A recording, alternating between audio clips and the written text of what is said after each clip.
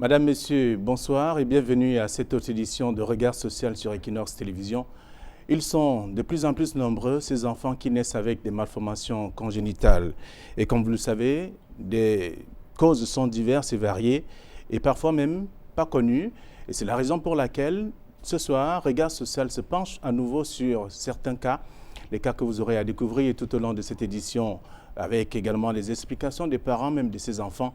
Et aussi, juste après, nous allons accueillir des experts qui viendront nous apporter quelques éclairages sur ces différents cas, des cas également avec aussi un reportage qui va situer le quotidien même de ces deux familles que nous avons choisies par hasard. De toute façon, c'est après notamment, il faut le rappeler aussi, quelques contacts qui nous ont été offerts. Et au cours de cette édition, vous aurez aussi des témoignages des uns des autres à la suite, notamment de ce que nous avons pu collecter comme information. Mais seulement, je voudrais déjà vous inviter à rester davantage jusqu'à la fin de ce programme pour plus de précisions. Bienvenue sur Regard social.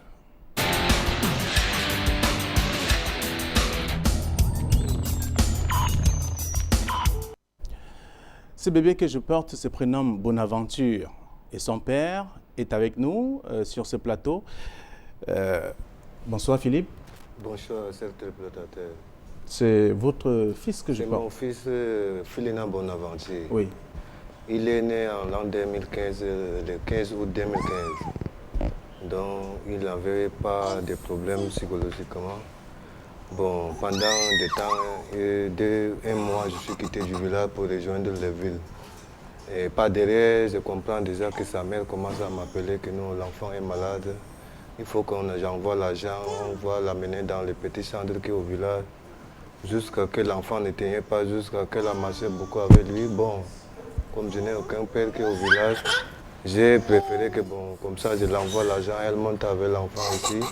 Si possible que je peux rencontrer, il y avait des docteurs qui sont quittés de ces étrangers pour venir aider les enfants comme ça. Vous allez nous expliquer tout ça dans un instant. Le temps de dire que vous êtes également avec votre épouse, c'est-à-dire la maman de Bonaventure qui est aussi avec nous. Samedi Claire, bonsoir et bienvenue. Bonsoir. Vous êtes la maman de Bonaventure, Oui. Vous confirmez? Oui, je suis sa mère. D'accord. Alors, comment s'est passé son accouchement? Ou alors d'abord sa grossesse? C'est votre deuxième enfant, il faut le dire. Oui. Oui. La grossesse, là, quand la grossesse était à 7 mois, quelques jours, que l'enfant est descendu en bas, que c'était dans le bas-ventre comme ça, là. 8 mois rond comme ça, là. Je suis à la maison comme ça la nuit. Je vois seulement que l'eau commence à couler seulement en bas. On m'a amené à l'hôpital.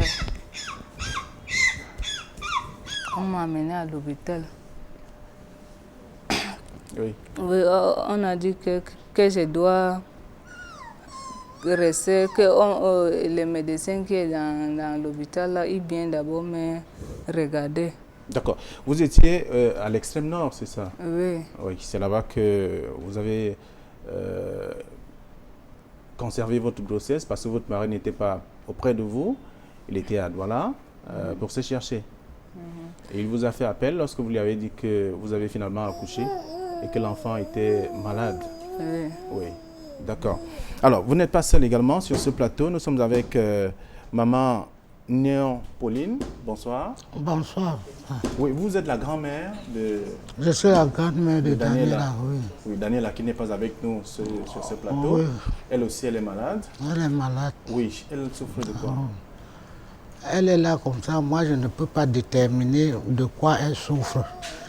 Parce que Daniela, je lui ai pris entre les mains de sa mère à 3 mois.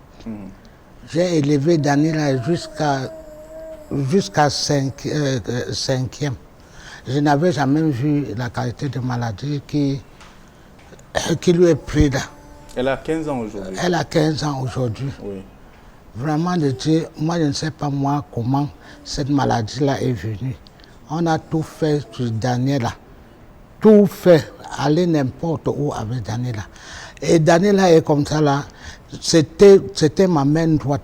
Moi j'avais dit même que comme je suis là comme ça avec Daniela là, rien ne peut me déranger en aucun jour. Quand j'ai même pris Daniel à 3 mois, là, son père ne voulait même pas que je la prenne même. Mais jusque-là, j'ai dit que non, c'est moi avec Daniela. Son père, finalement, son père a compris. Me voilà aujourd'hui. Je disais que si je mets même aujourd'hui, c'est elle qui va tout faire pour moi. Là, voilà maintenant qu'elle est devenue un genre là-bas à la maison. Un genre, ça veut dire quoi? Qu'elle est devenue, elle ne marche plus, elle ne fait plus rien. Elle ne fait plus rien. Et j'ai tout fait pour l'enfant. J'ai tout fait pour elle. D'accord. Jusque-là, ça ne comprend pas. Son père et sa mère, ils sont endettés partout. Et il y a même parfois, je reste même à la maison comme ça, là. Les gens viennent me demander. Parfois, même les policiers viennent m'arrêter. Avant que même les gens du quartier crient que non, laissez la maman, la grand-mère là, comme ça, là.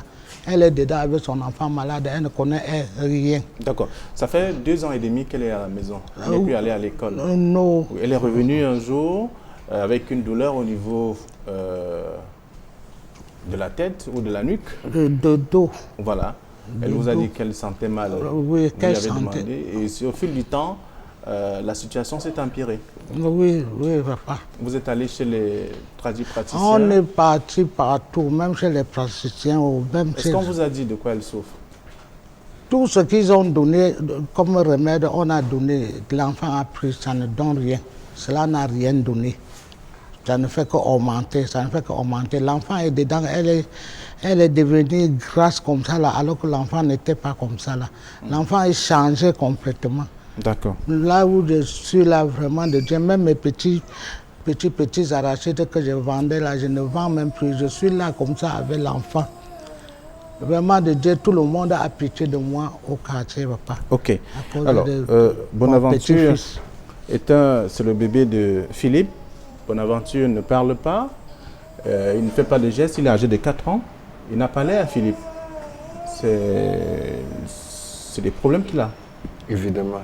Il est né apparemment normalement. Il est né mais c'est peut-être 1 ou 2 mois après que la maman constate que ce n'est pas un enfant comme les autres. Évidemment. Oui. Il ne peut pas s'asseoir, il ne peut pas parler, il ne bouge pas comme les autres. Il attend tout sur place. C'est durant ce temps maintenant que son âge évolue et que je vois qu'il ne parle pas. Bon, il a ses organismes qui se tiraillent pour se lever, mais il n'a pas la force. Donc, on m'a envoyé dans un hôpital à la cité des Palmiers. Je suis arrivé là-bas avec l'enfant. Bon, on m'a prescrit des remèdes. Dès que les remèdes finissent, il faut que je l'amène à la Quintini. Oui, parlez un peu plus fort parce qu'on devrait... Oui, qu'on m'a demandé d'aller à l'hôpital de la Quintini avec l'enfant. Et évidemment, moi, je n'ai rien pour l'amener l'enfant. Je n'ai pas de l'argent pour l'amener pour qu'on lui soigne. Oui. Est-ce que la maman a suivi des visites prénatales? Samedi, vous avez suivi des visites prénatales lorsque vous étiez enceinte? Non. J'avais suivi, mais on n'avait pas fait les examens. Racontez-nous un peu comment ça s'est passé. Oui, je n'avais pas fait. J'étais le genre de l'hôpital qu'on tu passes seulement comme ça, on te regarde le ventre, comment le bébé bouge seulement dans le ventre, ou c'est comment. C'est seulement comme ça. Oui. Et quand vous êtes allé combien de fois? J'étais 2 fois comme ça là. Oui. On contrôlait simplement si le bébé bouge et on vous laissait rentrer. Oui. Il n'y avait pas d'échographie? Non, rien. Il n'y avait rien fait là-bas. À quel moment vous avez su que Bonaventure était malade? Combien de temps après l'accouchement? C'était à 1 mois comme ça là. Il a commencé à pleurer tellement fort dans la nuit. Il ne dormait pas. C'est ça. Qu'est-ce que les infirmières ont dit quand vous avez accouché? Que l'enfant était en bonne santé? Oui, ils ont seulement dit qu'il est bien né, que c'est bon, que je rentre seulement avec l'enfant comme ça là. Oui. Et quand vous êtes reparti, 1 mois, vous avez constaté qu'il pleurait beaucoup. Oui. Et le médecin a dit quoi? Il n'a rien dit, toujours comme là-bas. Comme on a les petits travaux, je lui attache au dos. Il dit seulement que non, comme il tient son cou comme ça, on attache seulement avec le paille, on met le paille derrière. Il n'a rien seulement comme ça. C'est seulement ça qu'on m'a dit là-bas. Philippe, depuis que cet enfant est revenu à Douala, vous faites comment pour vivre avec lui? Bon, c'est très pénible pour moi de vivre avec lui parce que tu ne peux pas quand même jeter ton enfant. Parce que beaucoup de gens m'ont même dit de jeter l'enfant là parce que ce n'est pas un enfant, c'est un serpent. Et jusqu'à même, j'avais un cœur même que je voulais même le jeter. Finalement, sa mère a commencé seulement à pleurer. Bon, durant ce temps maintenant que je suis là, moi j'étais même en location et j'avais même un petit terrain au nord que j'ai vendu pour que bon, avec la cessade que j'ai là, il faudrait que bon, je lui donne un peu aussi de remèdes qui va lui calmer sa maladie et que nous aussi, ça nous permet aussi de vivre. Est-ce que les médecins vous ont dit de quoi il souffre? Bon, c'est vraiment que quand on est allé à l'hôpital de la Cité des Palmiers, je suis allé avec l'enfant. On m'a demandé d'aller rencontrer un pédiatre. Je suis allé lui rencontrer. Il m'a fait l'ordonnance sur les carnets. Il m'a prescrit aussi les remèdes que je dois acheter avant que les remèdes finissent. Je dois l'amener à la Quinténie. Au moment maintenant que je suis venu à la maison avec lui, j'ai acheté maintenant tous les remèdes qu'on a prescrits dans l'ordonnance. Et il a commencé à boire. À un moment donné, je lui tiens au sol, là, il commence à marcher, à faire les mouvements. Bon, durant ces 2 ans-là, je suis vraiment tombé dans les problèmes, même que sa mère, même actuellement, quand elle est là, elle est même malade. Je n'ai rien, j'ai tout vendu, toutes mes choses là, comme vous me voyez, je n'ai rien. Même actuellement, là, elle est en traitement, que c'est demain même qu'elle va aller d'abord voir même encore son spécialiste pour sa tête. Elle a une sinusite que je traite depuis mars. Ah, la maman aussi est malade. La maman aussi, elle est malade. Elle souffre de la Elle sinusite. souffre de la sinusite. Oui. Donc depuis ce durant temps-là, mon cerveau est vraiment explosé. Bon, le Seigneur m'a exposé mon prière pour que j'arrive à voir les grandes personnes du pays, de les rencontrer pour mon bébé. Parce que quand je les vois, ça me fait mal. Et quand on me dit que c'est un serpent, vraiment, je n'arrive même pas à On a dit dormir. que votre enfant est un serpent. Oui, pratiquement la famille dit comme ça. Donc depuis qu'il est né, aucune de ma famille a pris l'enfant comme ça, un jour comme ça en main. Donc dans les têtes, c'est d'aller lui jeter, à un moment donné, devant même l'eau, il va partir. C'est ce qu'on vous a dit? C'est ce que me disait la famille. Et avec tout cela, je n'ai pas voulu. Je me suis allé égarer, c'est une maman, pour que bon, comme ça, il faudrait que je souffre comme ça avec mes enfants. Tout ce qui a faire comme je suis. J'ai vu ce qui s'est passé avec lui. Voilà qu'il est là aujourd'hui maintenant. Mais vous n'êtes pas seulement resté avec lui, ça ne vous a pas empêché de faire un autre enfant? Oui, bien sûr. Ce qui m'a poussé à faire l'enfant, c'est parce que ce sont eux qui m'ont donné une idée que si l'enfant est serpent, bon, il y avait certains des anciens qui m'ont conseillé que quand l'enfant est serpent, quand tu arrives à accoucher derrière lui, l'autre va partir. Bon, j'ai fait ça dans l'ignorance que peut-être que c'est l'enfant serpent. Alors que j'ai accouché la petite fille, la dernière qui est suivie là. Mais actuellement, elle est avec moi. Et elle n'a pas de problème? Elle n'a pas de problème. Elle est là. Elle a encore sa grande sœur à la maison, leur grande sœur. Et il s'est déjà transformé en serpent un jour? Un jour, non, jamais. Je n'ai jamais vu ça. Je n'ai jamais vu ça. Et ça me fait mal trop au cœur.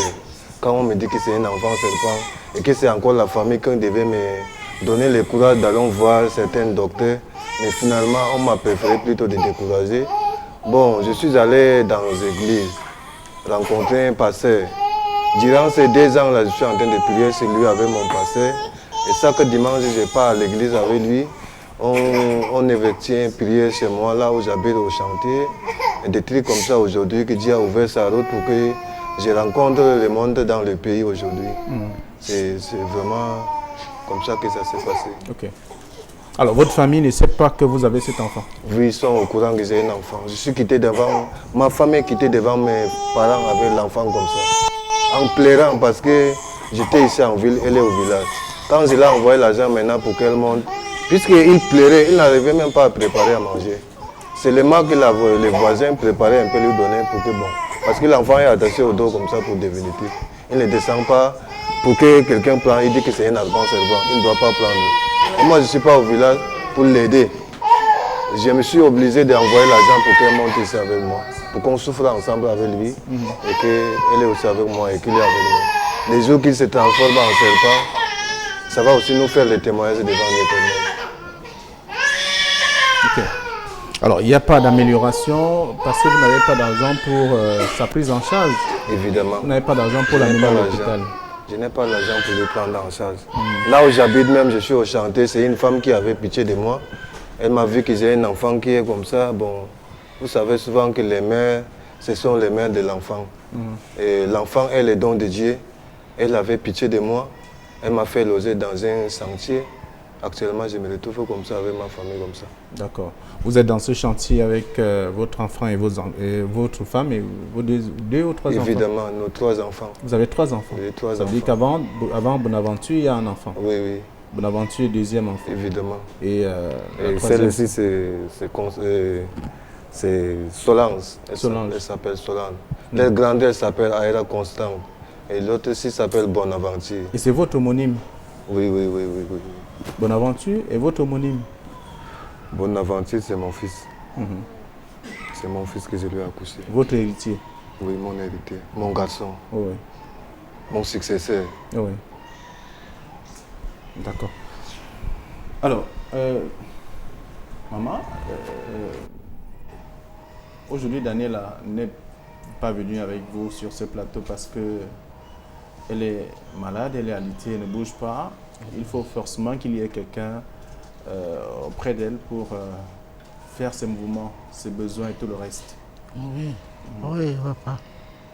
Vraiment de Dieu, je ne sais pas moi comment je veux faire avec Daniela.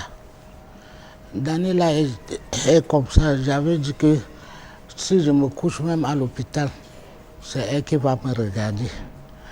J'avais dit que Daniela est tout pour moi. Or, aujourd'hui, je vois comment Daniela est. Même mes petits arachides que je vendais, je ne peux plus vendre. Alors, dites-nous, elle vous dit qu'elle sent mal où exactement? Daniela, Oui. il y a parfois, elle sent mal partout. Ça monte même sur son dos ici. Parfois, ça sort sur la poitrine. Son cœur est normal. Parfois, tu la touches comme ça, elle pleure. Aïe, aïe, aïe. Papa. Il a vu une fois qu'on la portait seulement avant de mettre sur le pot. Porter, mettre sur le lit. Même pour se soulever, elle ne se soulevait même plus. On portait seulement. Papa, jusqu'aujourd'hui, moi je ne connais pas comment je vais faire avec Daniela. Daniela est comme ça là.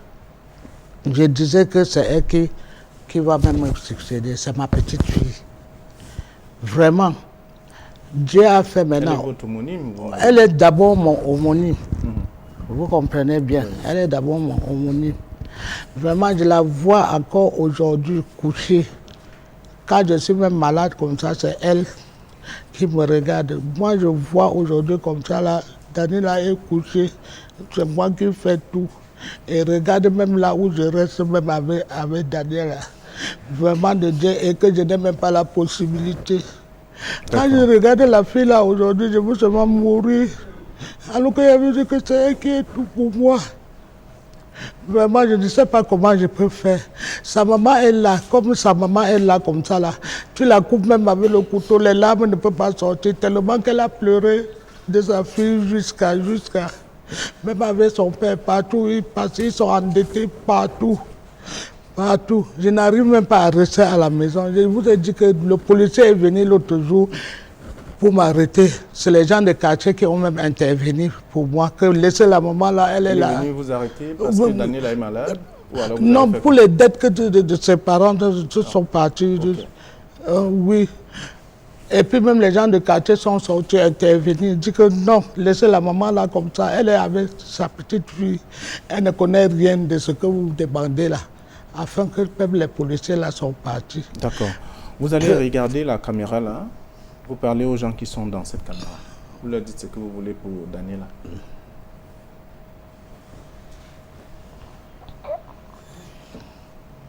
Pour dire ce que je veux pour Daniela. Tout ce que je veux pour Daniela est seulement que même celui qui me regarde, même celui qui ne me connaît pas, même n'importe qui, que pardon, il faut qu'on me sauve et il faut qu'on m'aide quand même. pour que Daniela se lève et me regarde. Et qu'elle retourne à l'école. Et qu'elle retourne encore à l'école, papa. Ça me fait trop mal. Je dis que même celui qui ne me connaît pas, même celui qui me connaît, partout, celui qui me voit en train de parler comme ça, là, qui me sauve, qui m'aide à faire que Daniela rentre encore à l'école. D'accord. Ok, merci d'être venu sur ce plateau. Maman Néon Pauline, c'est Daniela, votre homonyme. Néon Daniela qui est également malade.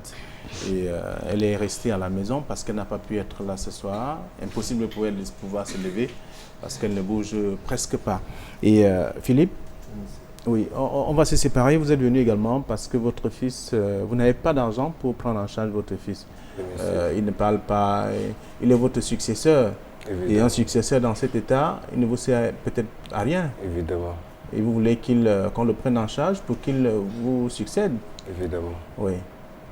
Bon, merci Seigneur. Merci tout le monde qui me voit sur la radio, sur la télévision. Moi, depuis si je devais pleurer, je suis déjà fatigué de pleurer. Parce que depuis que je vis avec l'enfant, c'est Éternel qui a ouvert la voie aujourd'hui pour que je me retrouve devant le monde.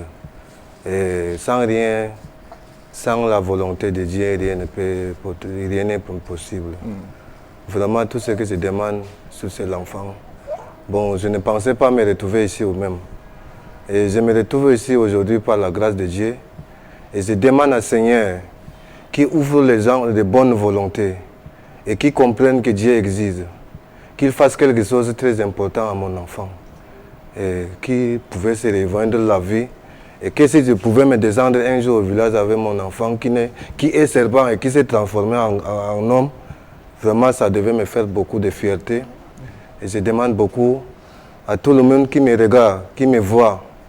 Je suis comme ça, comme quelqu'un qui est abandonné avec ma famille. Bon, durant tout ce temps, je n'ai pas l'argent pour choisir mon enfant, ça veut dire que je ne suis abandonné. Si j'avais quelque chose, dès que j'avais déjà fait quelque chose à mon enfant. Bon, je me retrouve comme ça pour parler la fête de mon enfant, Flina Bonaventure, parce que je ne suis rien. Quand je vois l'état de sa maladie, ça me fait trop de cas myriades. Parce que l'enfant qui est né depuis l'an 2015, qui n'arrive pas à s'asseoir, qui n'arrive pas à parler, qui n'arrive pas à te demander à ce qu'il veut absolument. Donc pour lui nourrir d'abord, c'est un cas de problème. Et pour lui nettoyer encore, c'est un cas de problème. Et tout ce que Dieu fait dans la vie est trop nécessaire. Je ne pouvais pas aussi abandonner mon fils parce qu'on a dit que c'est un enfant serpent. Bon, Dieu m'a téléchargé aujourd'hui de venir dans le monde pour que les gens me voient. Et voient avec mon enfant en main. Et me voient l'état de l'enfant. Et voient comment il est avec moi. Et voient comment il me semble. Vraiment, je demande beaucoup d'aide aux gens pour mon enfant.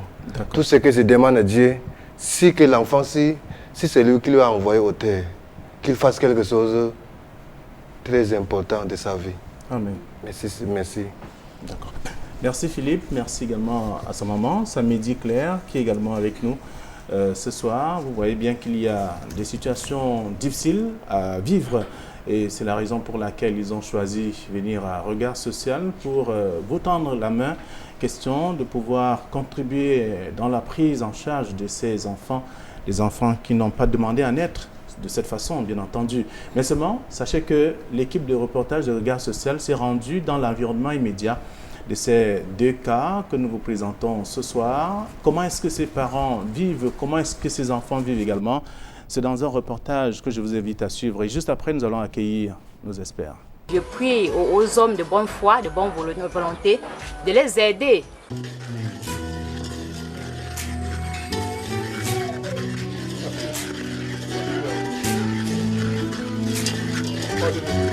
C'est avec les retombées de la vente du maïs et des arachides que cette petite famille se nourrit.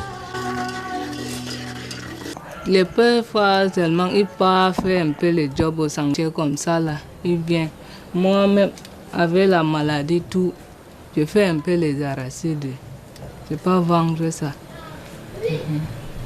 L'enfant qu'elle traîne au quotidien et partout souffre d'une pathologie dont elle ignore le nom. Sa conception et beaucoup plus sa naissance n'ont pas respecté les critères connus. Quand j'étais enceinte, Je suis allée à l'hôpital. Mais c'est comme les hôpitaux de village, il n'y avait pas les médecins. C'est les gens de l'hôpital que tu viens seulement, on regarde seulement le ventre, comment le bébé bouge. Quelque temps là, mon ventre a commencé seulement à descendre en bas. Le temps que j'étais enceinte, c'était en bas. Je marchais seulement comme ça. À 8 mois.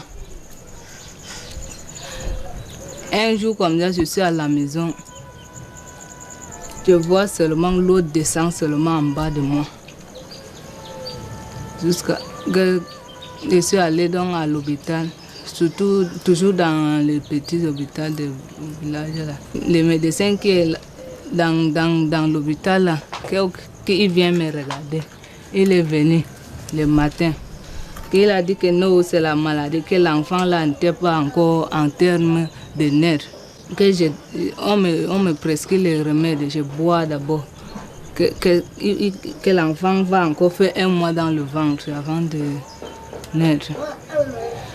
Je suis restée à l'hôpital. Un soir comme ça, l'enfant sort seulement seul comme ça. L'infirmière qui est à l'hôpital, elle vient, elle dit que non, le chef là ne connaît pas, que l'enfant est bien né. Que je rentre à la maison avec lui. Je suis donc venue à la maison. 1 mois, l'enfant a commencé seulement à pleurer fort. Je rentre avec lui.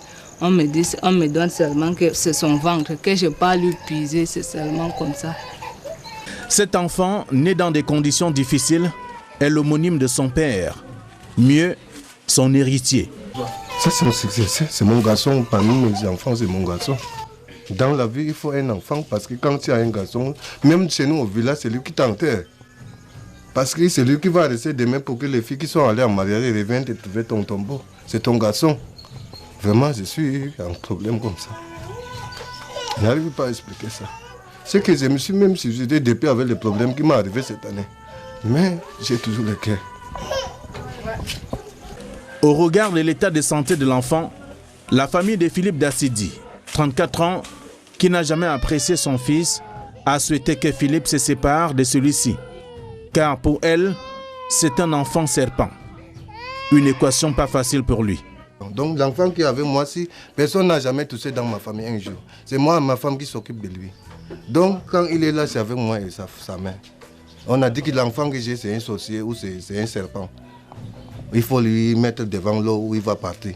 Et tu as dit quoi? J'ai dit que j'avais pris une décision que bon, moi je ne connaissais pas comme c'est la famille, on décidé. J'ai dit que je voulais tenter à faire ça. C'est au moment de... Je voulais tenter même d'aller avec l'enfant de jeter, mais sa mère a commencé à pleurer toute la nuit, tous les jours. Quand je lui ai informé de ça, j'ai dit que ça va, je ne peux plus faire ça. Les jours que Dieu lui vient à lui prendre, il va aussi lui prendre. Les jours que Dieu ne le prend pas, il est avec nous, on va être avec lui. Et ils m'ont encore poussé à accuser encore sa petite sœur parce que pourquoi? On a dit que si l'enfant est l'enfant servant, on n'accuse pas derrière lui. Voilà qu'on m'a mis encore dans la difficulté avec encore un bébé qui pleure encore ici. Donc je suis comme ça dans la difficulté. J'ai fait encore l'autre l'enfant qui est derrière, dans le sens que si peut-être que Dieu m'a donné un sorcier, il peut partir et qu'il me laisse l'autre que je viens de lui faire. J'ai fait ça comme ça, par violence. Philippe est la risée de sa famille depuis que son fils est né. Cette famille qui lui a carrément tourné le dos, prétestant que c'est un enfant serpent. Parce que si ce n'était pas dépendant de la maman, c'est qu'on a jeté l'enfant comme ça. Alors que beaucoup de gens me rencontrent avec ça. Ce sont des gens à bas de ces gens qui me rencontrent avec l'enfant, qui m'ont orienté d'aller voir d'autres personnes comme ça. Là. Je ne vois pas sa face que c'est un enfant serpent ici là. Que je vais rester avec mon enfant. Même si c'est un enfant serpent, il faut qu'il m'avale seulement avec lui. Qu'on passe seulement sur le marabout. Les marabouts travaillent sur lui, on lui jette. Quand je vois une maman porter un enfant malade comme ça pour entrer au champ, chercher de quoi manger, vraiment, j'ai tellement mal. J'ai tellement mal jusqu'à les mots me manquent. Parce que ça me blesse vraiment, en fait, ça me blesse. Titulaire d'un permis de conduire, le jeune homme coule les larmes de la souffrance. La souffrance de voir son fils et surtout son homonyme dans cet état. Il vous parle. Mon problème, mon souci dans le monde entier, c'est que je veux la guérison de mon enfant. Si mon enfant devait retrouver une jour à marcher, c'est là où je devais descendre au village, montrer ça à ma famille. C'est ça, parce même au village, il ne pense pas que j'ai un enfant qui est encore comme ça. Dans les soucis qu'il faut qu'on me laisse comme ça avec les malsens. Bon, moi, actuellement, avec l'enfant, c'est armé, c'est pour son guérison. Ou c'est Dieu qui a exaucé mon prière que j'ai pris chaque jour, je ne comprends rien dedans. Samedi Claire, la mère de l'enfant, elle aussi malade, parce que victime de la sinusite, vous tend les mains. Sa vie et celle de son unique garçon sont au rabais. Je veux qu'on me vienne en aide sur cet enfant-là. Que je veux voir que mon fils marche un jour comme ça. Là. Parce que tout le monde me dit seulement que parfois là, je reste à côté de mes voisines comme ça. On dit seulement que je pars loin avec mon enfant. Là. Que ça allait faire un genre, là, ça les dérange. Oui. Quand il mangeait, là, il vomissait. Après, on me dit seulement que ça donne les nausées aux gens que je parle loin avec lui. Oui, là, je suis vraiment bloquée.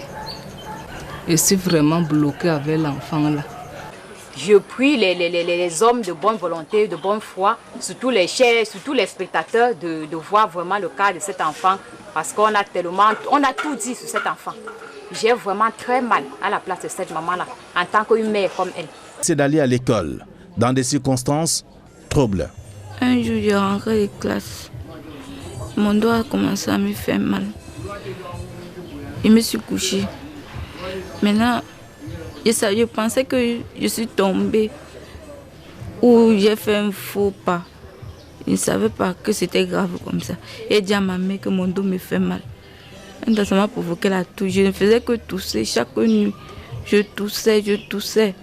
On me demande que j'ai quoi. Je ne pouvais pas expliquer parce que je toussais, ça me disait qu'il n'y a rien.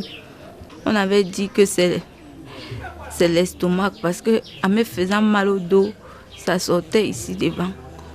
On nous a fait comprendre que c'est l'estomac. On est parti à l'hôpital. On a prescrit les remèdes. Ça n'a pas donné. J'ai bu beaucoup de remèdes. Ça n'a rien donné. Un jour maintenant, on nous a envoyé chez un médecin là-bas. À l'hôpital des 6e. On m'a fait faire un traitement de 6 mois. Et le remède, j'ai pris le remède pendant 6 mois. Ça a calmé. Ça s'est arrêté, on croyait que c'était fini. La maladie dont elle ignore le nom a pris le contrôle de son existence. Tout fonctionne, mais à peine pour soulever mon pied ou pour faire les gestes. Je dois faire à peine doucement. Parce que si je fais brusquement là, ça va me faire mal, tout mon corps. Je ne peux pas marcher seule, il faut qu'on me soutienne. Quand je reste, il me fait mal, ça me fait mal, ça monte, ça vient me faire mal dans ma tête. Ça me donne les violents maux de tête. Ça fait même 2 fois, ma main si, ça cale comme si quelque chose avait attrapé ça. Dans la famille, c'est un climat de deuil. Sa génitrice, contrainte de rester à ses côtés pour subvenir à ses besoins, ne sait plus à quel sens se vouer. Elle est toujours en train de pleurer. Et les nerfs là, ça monte. Et quand ça monte, les mains là, il faut que je tape. Je tape pour que ça rentre. Et elle pleure les violents maux de tête tous les jours. Elle a aussi le problème de cœur. Quand elle sent mal au niveau des nez, ça part avec le dos. Et ça revient, ça sort ici là. Même le problème de respiration là, elle ne respire pas bien. Tous les économies, c'est parti à l'hôpital. Daniela, victime d'un ensemble de maladies, a amené ses parents à faire le tour de plusieurs localités du pays, mais aussi à rencontrer des acteurs insoupçonnés pour des pathologies qui convoquent la haute science. Même chez les tradipraticiens, je suis partie partout. Avec elle, jusqu'à j'étais même à Bertois. Avec elle. toujours pour sa maladie si je n'ai pas toujours eu de suite. Ils m'ont préparé les remèdes qu'elle a bu. Ça n'a pas toujours marché. J'ai fait 2 semaines là-bas avec elle. Et je suis rentrée avec l'enfant ici. Je suis même allée chez les prêtres exorcistes, pour les prières.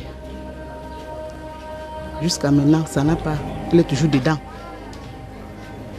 Jusqu'à aujourd'hui, elle est toujours là.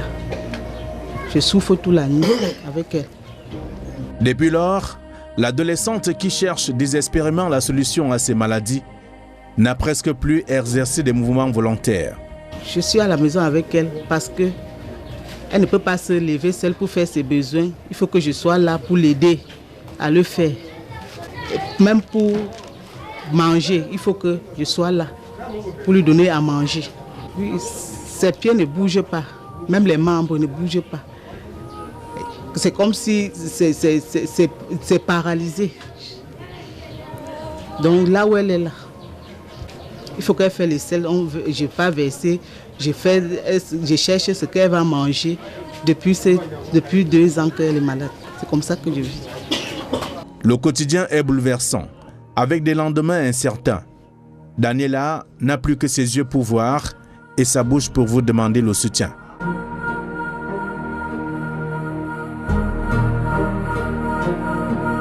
Ça fait aujourd'hui 2 ans et demi, je ne pars pas à l'école. Depuis la classe de 5e, je ne pars plus. Elle ne peut pas prendre quelque chose avec sa main comme ça. On ne fait que la porter. Même ce qu'on dit que de Bana, on la porte et elle arrête en tremblant. Comme elle est là, comme ça. Là. Vraiment, déjà, cela m'a aussi dépassé. On a déjà tout fait sur l'enfance. Là, mon cœur n'est pas en moi. Tout ce que je veux, c'est qu'il faut qu'on essaie d'arranger l'enfant, papa, pour qu'il marche aussi comme ses amis. Elle n'est pas prise à l'école. Vraiment. La fille là me fait trop mal. Trop mal. Même quand ses amis viennent comme ça la regarder, quand ils sortent comme ça, elle-même, elle cherche aussi et il n'y a pas moyen. Elle ne fait que pleurer. Elle ne fait que pleurer. Sa grand-mère et homonyme n'en revient pas. Celle avec qui elle a passé du temps est méconnaissable aujourd'hui. L'enfant, c'est sa maladie, ça me dépasse. Ça me dépasse. On a déjà tout fait sur cette enfance. Moi, je dors seulement en pleurant à cause de l'enfance. L'enfance a grandi avec moi. L'enfance a grandi avec moi. Donc, à ma grande surprise, moi, je vois ce qui est arrivé à l'enfant comme ça, là, ça me dépasse seulement.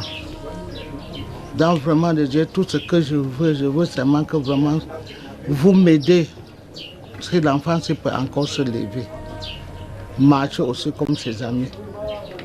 C'est même maintenant qu'elle fait même un peu le port pour secouer son pied. On lui portait seulement, elle ne faisait que crier. On le porte. Si elle est là-dedans, il n'y a personne dedans. C'est qu'il n'aura même pas moyen de se tourner. Vraiment, Dieu, l'affaire là m'a dépassé aussi. On a tout fait pour l'enfant là. Moi, je ne suis pas gay comme vous me voyez là. Pour cette fille-ci, c'est mon homonyme. Et je lui ai pris à sa mère à 3 mois comme ça là.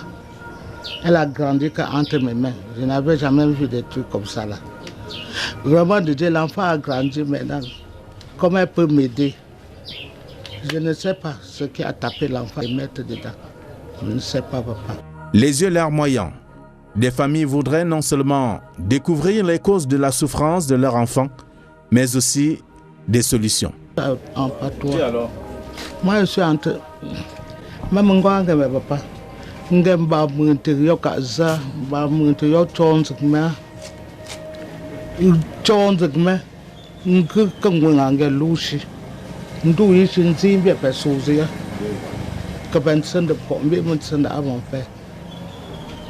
parce que vraiment de Dieu, ouais mon Dieu d'aller pas d'un coup, on voit beaucoup. On me on d'aller que mouke moins ça, on voit nous. Vraiment de Dieu, on tente de combien mon cela. On m'en donne non papa. J'ai dit que vraiment de Dieu, il faut que on cherche les procédures jusqu'à ce que l'enfant là se lève aussi, il marche comme ses amis. Que vraiment de Dieu, même celui qui ne me connaît pas, qu'il entend ma voix. Qu'il entend ma voix.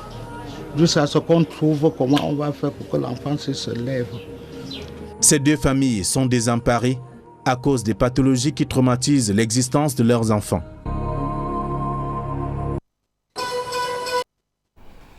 Eh bien, nous allons dire merci à toute l'équipe qui a contribué à réaliser ce chef-d'œuvre qui a été piloté des mains des maîtres par Danny Warenz II.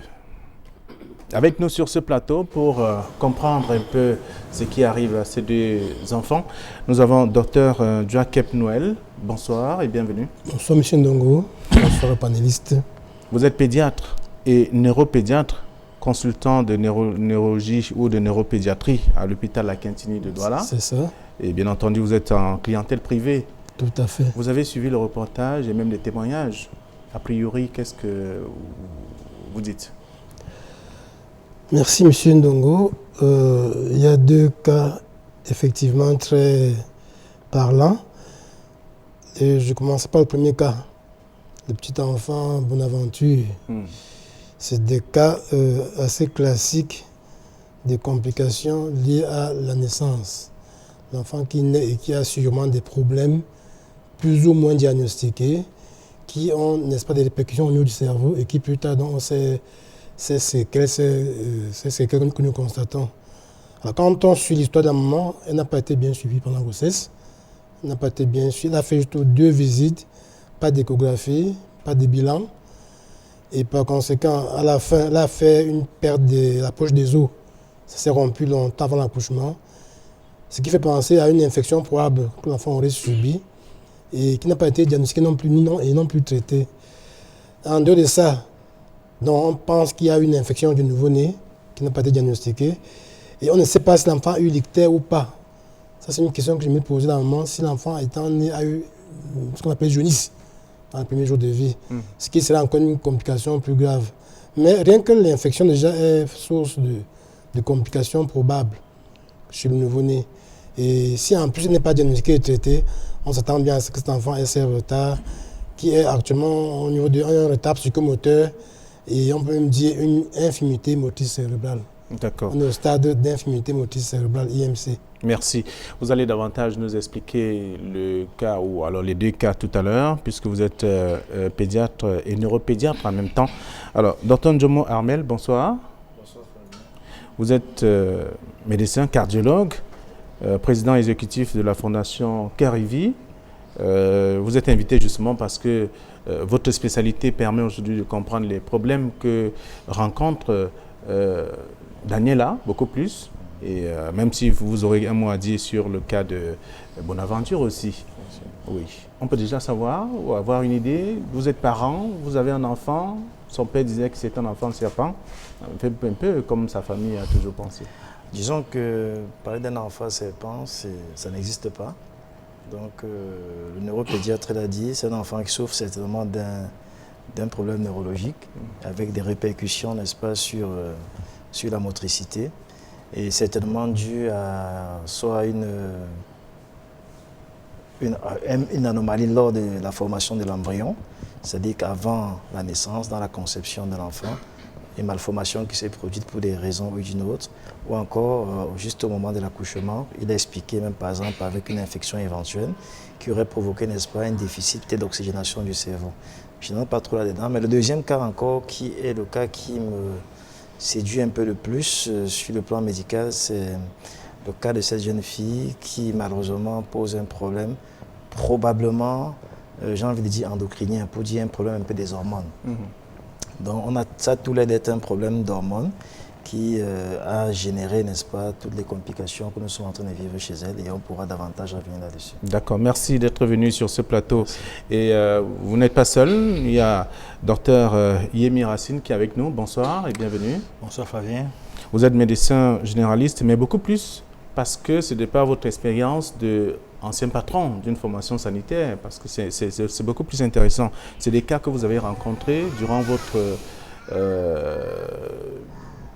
temps passé à la tête de la structure et aujourd'hui, il est tout à fait logique et normal de partager avec nos chers téléspectateurs un peu cette expérience-là. Alors, que dites-vous déjà de ces deux cas? Bien, je pense que pour y revenir, Flavien, quand nous venons sur les plateaux, je pense que c'est pour essayer d'édifier le commun des mortels. Et là encore, nous rentrons à la case départ. Comme l'ont dit mes prédécesseurs, Dr Ndjouakep et Dr Ndjoumou, concernant le cas de l'enfant, nous comprenons que l'enfant n'a pas été suivi. Il n'y a pas eu de visite médicale. Et il y a un problème dont on tire aujourd'hui sur les médecins, à boulet rouge, le problème de la vaccination. Est-ce que la mère a été suivie? Est-ce qu'elle a suivi ses vaccinations? Est-ce que quand l'enfant est né, il a été vu par, je dirais, un médecin? Le fait d'avoir poussé son premier cri ne voulait pas dire que ça va. Est-ce qu'il est revenu au rendez-vous? Est-ce qu'il a suivi son programme élargi de vaccination? On ne va pas prendre des vaccins coûteux, non. Le BCG, la poliomyélite, qui sont des vaccins élémentaires. A-t-il suivi son programme de vaccination? Point d'interrogation. Concernant le deuxième cas, il y a quand même quelque chose qui a attiré mon attention parce que là, je pourrais chuter brutalement en disant, est-ce ce que nous appelons en médecine, Dr Ndjouakep, la maladie de Pott? Pour ne pas dire une tuberculose osseuse. Parce que dans l'intervention, il y a eu, elle a dit qu'elle a pris un traitement pendant 6 mois. On a cru que ça allait. Et après, n'y a-t-il pas eu rechute? Point d'interrogation. Je pense que là également, hormis l'intervention d'un endocrinologue, je pense qu'il faudrait aussi l'avis d'un pneumologue. Très bien. Merci également d'être venu sur ce plateau. Et également, le quatrième invité, c'est M. Eno Oscar. Bonsoir. Bonsoir, M. Fabien. Vous êtes kinésithérapeute et vous faites partie d'une très grande association quand même, qui est le groupe des kinésithérapeutes du Cameroun. Mais vous exercez à Douala et beaucoup plus du côté de l'hôpital de Nilan. L'hôpital du district de Nilan. Oui. Ce sont des cas que vous rencontrez chez vous aussi? Oui, je peux dire, le premier cas par exemple, c'est des cas que nous rencontrons régulièrement. Et comme les prédécesseurs l'ont dit, le premier présentateur parlait d'IMC, c'est dans ce cadre que nous rangeons ce cas. Oui, c'est des cas où nous rencontrons fréquemment et c'est ça une prise en charge pluridisciplinaire. Donc, avant de commencer la prise en charge, puisque nous intervenons beaucoup plus dans la partie motricité, lorsque la prise en charge en amont a été faite par des médecins sur le plan neurologique et voire d'autres plans. Donc c'est là où le kinésithérapeute, qui est moi-même et avec les collaborateurs qui font dans la pratique de la kinésithérapie, nous intervenons dans ce sens. Très bien. Donc dans le deuxième cas, ce serait un cas où nous attendons le diagnostic final du médecin pour pouvoir nous prononcer dans la prise en charge. D'accord. Merci. Alors, Dr Ndjouakep, vous êtes, je vais dire, l'invité principal parce que c'est vous qui accueillez quand même des enfants lorsque le gynécologue a terminé avec le processus de la grossesse. Et j'avais plutôt posé la question à Dr Racine, Yemi Racine, qui a travaillé longtemps et qui continue d'ailleurs de le faire, d'accueillir les mamans.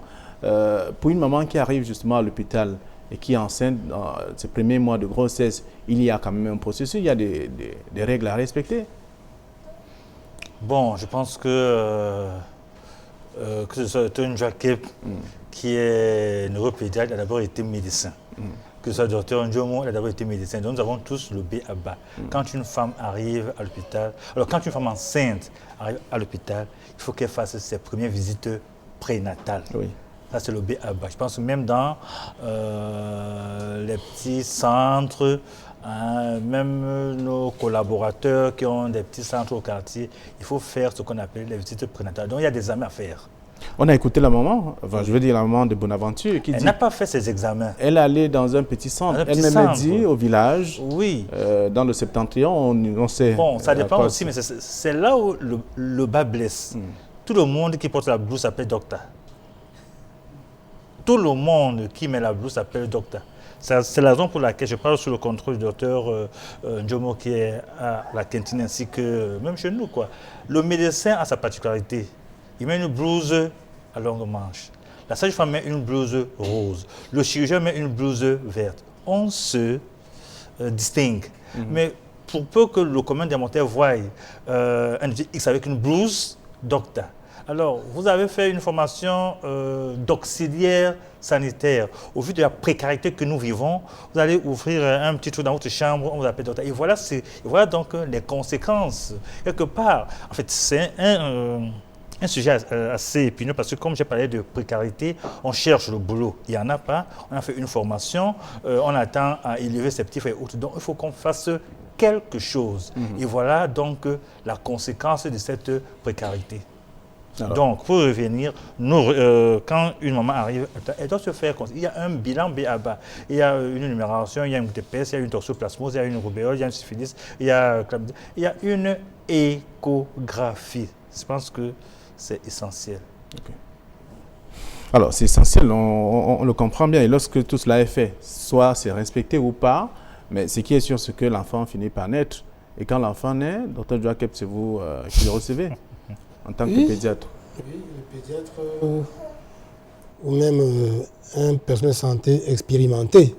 Il n'y a pas de pédiatre partout au Cameroun, dans la salle d'accouchement, mais ce serait l'idéal que c'est quand même un pédiatre qui soit à côté, même s'il n'est pas là à l'accouchement, qu'il soit le plus tôt possible consulté. Donc, ce que soit l'enfant doit faire un examen sommaire, rapide de l'enfant, et interroger un peu les antécédents pour voir s'il y a des facteurs qui pourraient être péjoratifs, bien préjudiciables pour l'enfant. Interroger, voir le canal de grossesse, voir le suivi, les examens qui ont été faits, les sérologies, que ce soit l'hépatite, le VIH, la syphilis, bref, tous les examens de grossesse. Si tout est OK, bien, si l'enfant, là, il n'y a pas de petite membrane prématurément, on est un peu tranquille. On va dans l'abgar, si l'enfant a bien crié, est-ce qu'il a bien crié ou pas?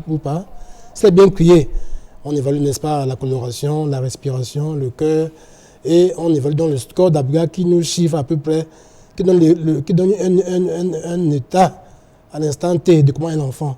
Après 1 minute, après 5 minutes et après 10 minutes. Ces 3 chiffres-là vont nous dire déjà comment l'enfant se trouve. S'il y a un problème à ce moment, on intervient rapidement. Soit que l'enfant est transféré en pédiatrie, en néonat, soit que si c'est sérieux, soit qu'on agit là, on le réanime, on l'oxygène, on fait, n'est-ce pas, tout ce qui est comme intervention d'urgence. Et puis, par la suite, on pourra réévaluer l'enfant et faire un bilan minimal, tel qu'une glycémie, par exemple, faire une CRP, une numération, et puis on avisera, quoi. Donc, il y a des choses élémentaires à faire en salle d'accouchement, et puis dans un second temps, dans les heures qui suivent, et dans les cas graves, on passe l'enfant en néonatologie, en pédiatrie. D'accord. Là, il est pris en charge de façon approfondie. On va aller étape par étape, je voudrais, puisque nous avons 2 cas, mais pour ce premier cas, selon vous, à partir notamment des explications et le reportage, ça peut être quoi concrètement? Il est vrai qu'on n'a aucun renseignement sur la grossesse.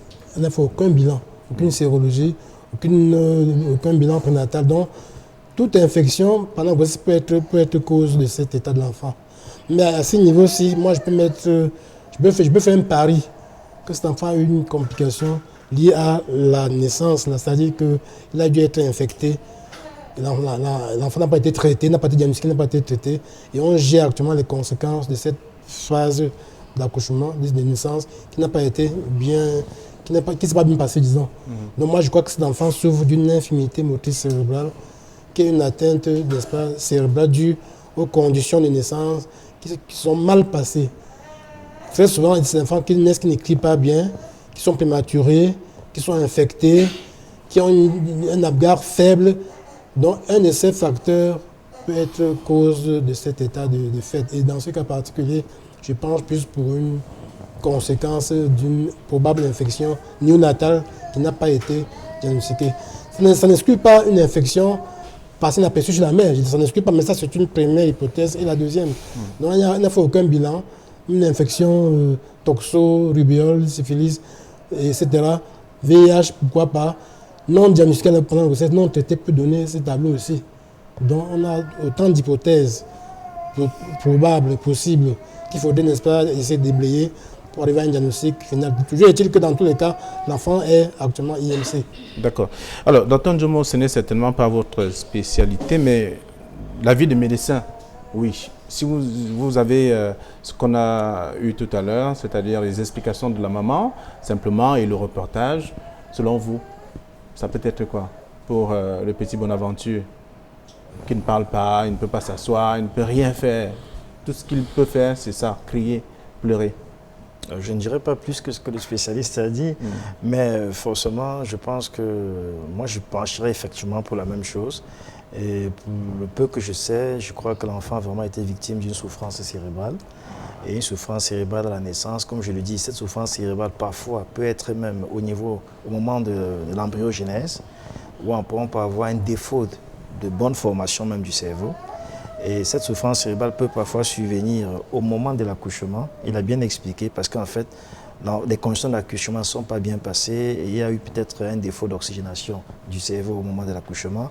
Il évoquait la question de l'infection, il évoquait la question de la perte des os.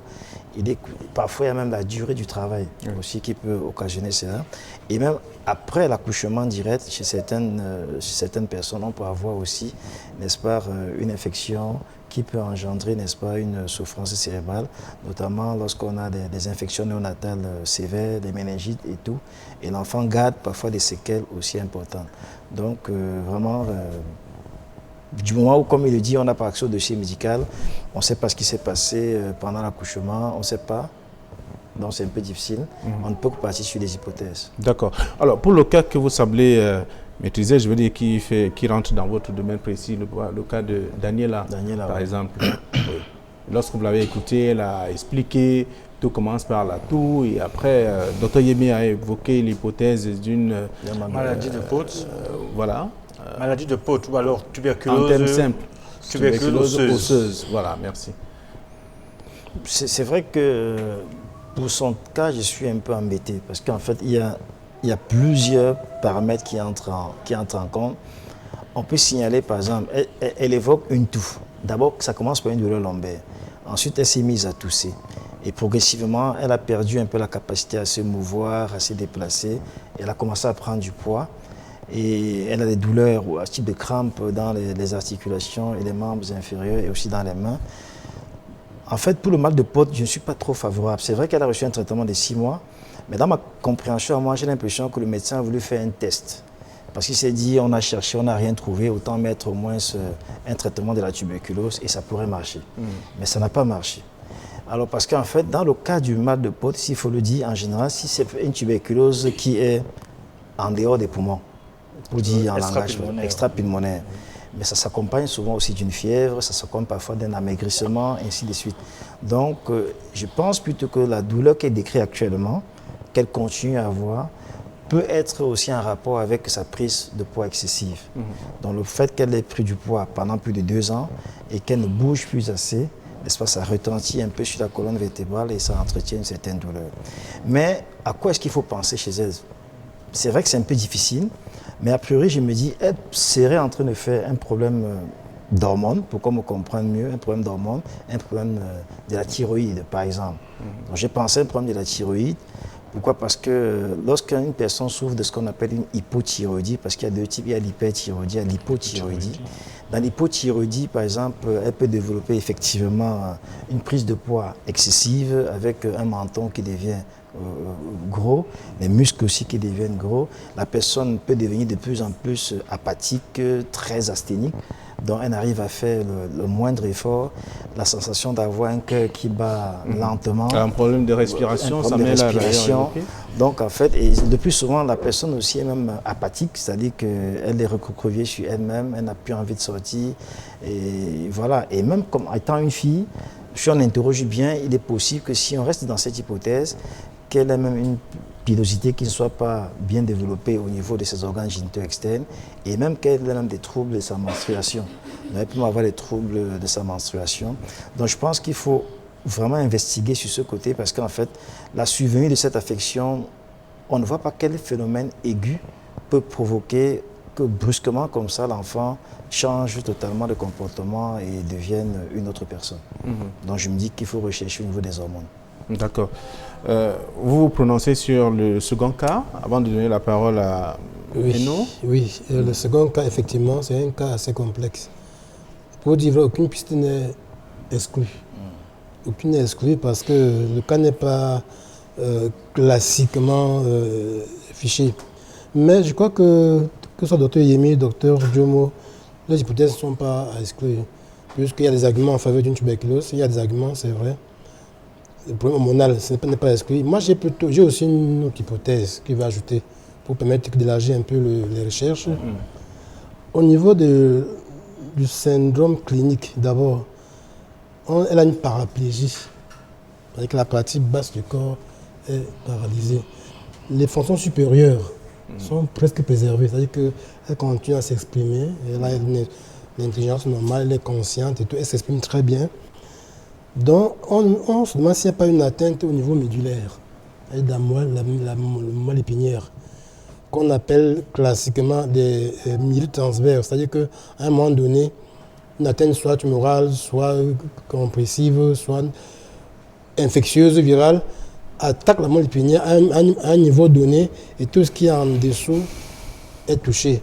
Elle dit bien qu'elle n'arrive même pas à faire les selles, c'est-à-dire qu'elle n'arrive un peu à bouger les jambes, etc. Donc c'est une hypothèse qu'il ne faut pas entièrement exclure, une myélite transverse, dont les causes sont souvent virales, le plus souvent.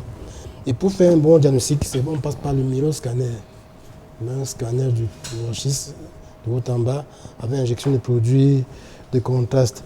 Ça, c'est une hypothèse qu'il ne faut pas exclure. Alors, vous avez également vu que sur, je veux dire, sa cheville gauche, il y a une bande, qu'elle a une blessure qui peine à guérir en même temps. Voilà. C'est qu'il en fait l'hypothèse peut-être endocrinienne. Rien n'est exclu ici, comme il dit. On a donc 3 hypothèses qu'il faudra essayer de démêler. Mais je dis qu'au niveau déjà clinique, quand elle est reçue, on voit quel est le problème et quel est le grand syndrome qu'on peut identifier.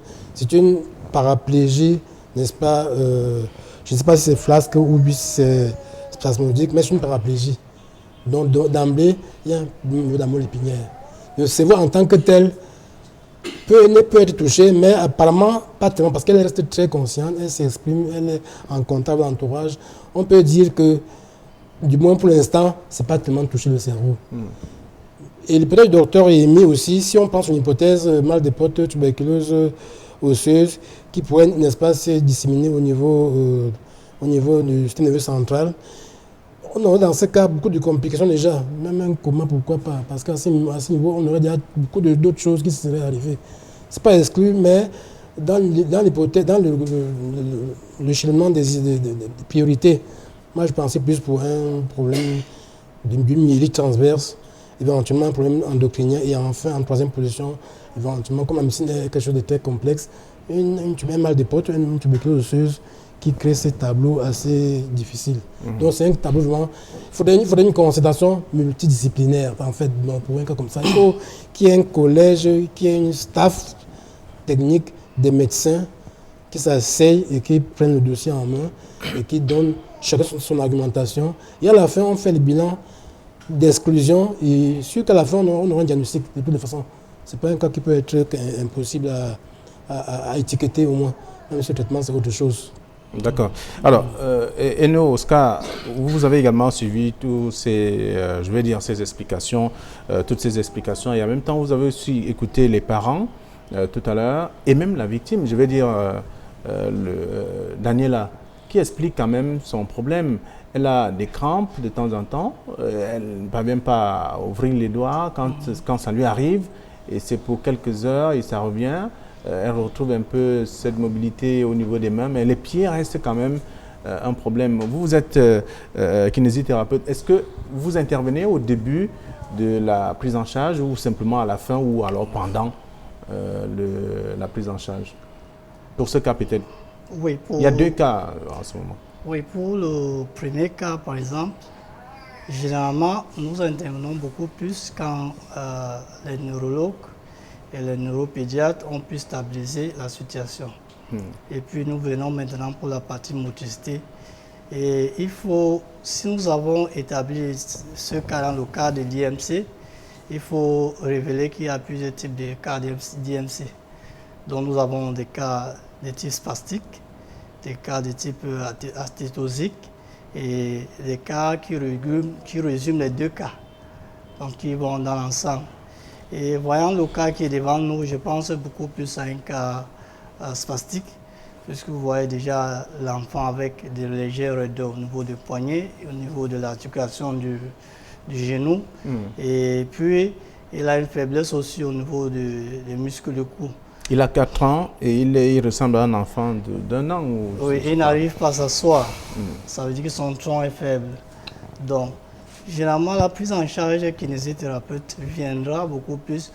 On va travailler d'une façon plus disciplinaire, comme j'ai dit au départ, mais beaucoup plus quand les neuropédiatres ont beaucoup atténué ou ils ont beaucoup plus fait une sorte de prise en charge globale pour que nous intervenons dans la partie motricité. Et par rapport au deuxième cas, j'ai dit, nous ne pouvions pas nous prononcer d'avance. Il faut que les médecins, neurologues, cardiologues, ainsi de suite, puissent nous donner un diagnostic, un bilan qui nous permet de pouvoir travailler la partie motricité, puisqu'elle a un cas de paralysie, de paraplégie. Les 2 membres inférieurs ne fonctionnent pas.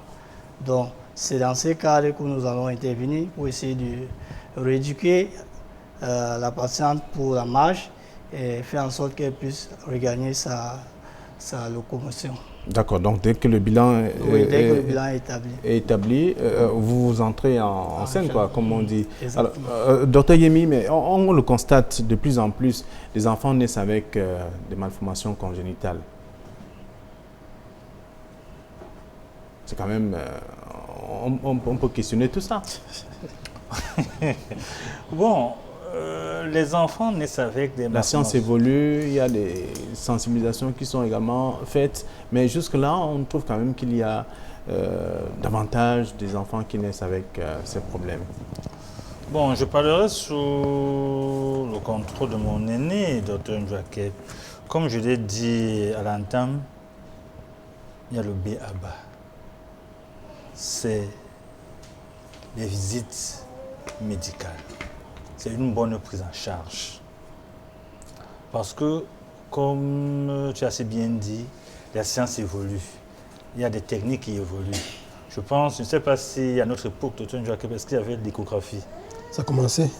Ça commençait, d'accord. Donc nous avions des stéthoscopes, des phytoscopes et autres, c'est ce que nous avions. Parce que c'est sur ça que moi j'ai appris à pouvoir voir si le cœur d'un enfant bat. C'était pas avec le Doppler, c'était avec le phytoscope. Bon, aujourd'hui il y a des échographies qui sont d'ailleurs plus encore sophistiquées. Mais qu'à cela ne tienne, je pense que pour un personnel médical qui a été bien formé, qui a une bonne formation, il y a des choses sur lesquelles on ne passerait pas. Et maintenant, c'est pas seulement le personnel médical, la population elle-même, une femme qui est enceinte, alors le conjoint, je ne dirais pas l'époux, parce qu'à le vient, on reste ensemble, le conjoint d'une femme enceinte doit l'aider à aller suivre les visites médicales. Il y a des spots publicitaires partout. Pour dire, quand déjà une femme ne voit pas ses menstruations, comme on dit, ses règles, il faut qu'elle se rende à l'hôpital pour savoir ce qui se passe. Est-ce une grossesse ou alors c'est un problème autre? Dans le fait qu'il y ait des malformations, il faut aussi, nous devons comprendre qu'aujourd'hui le monde aussi devient industrialisé.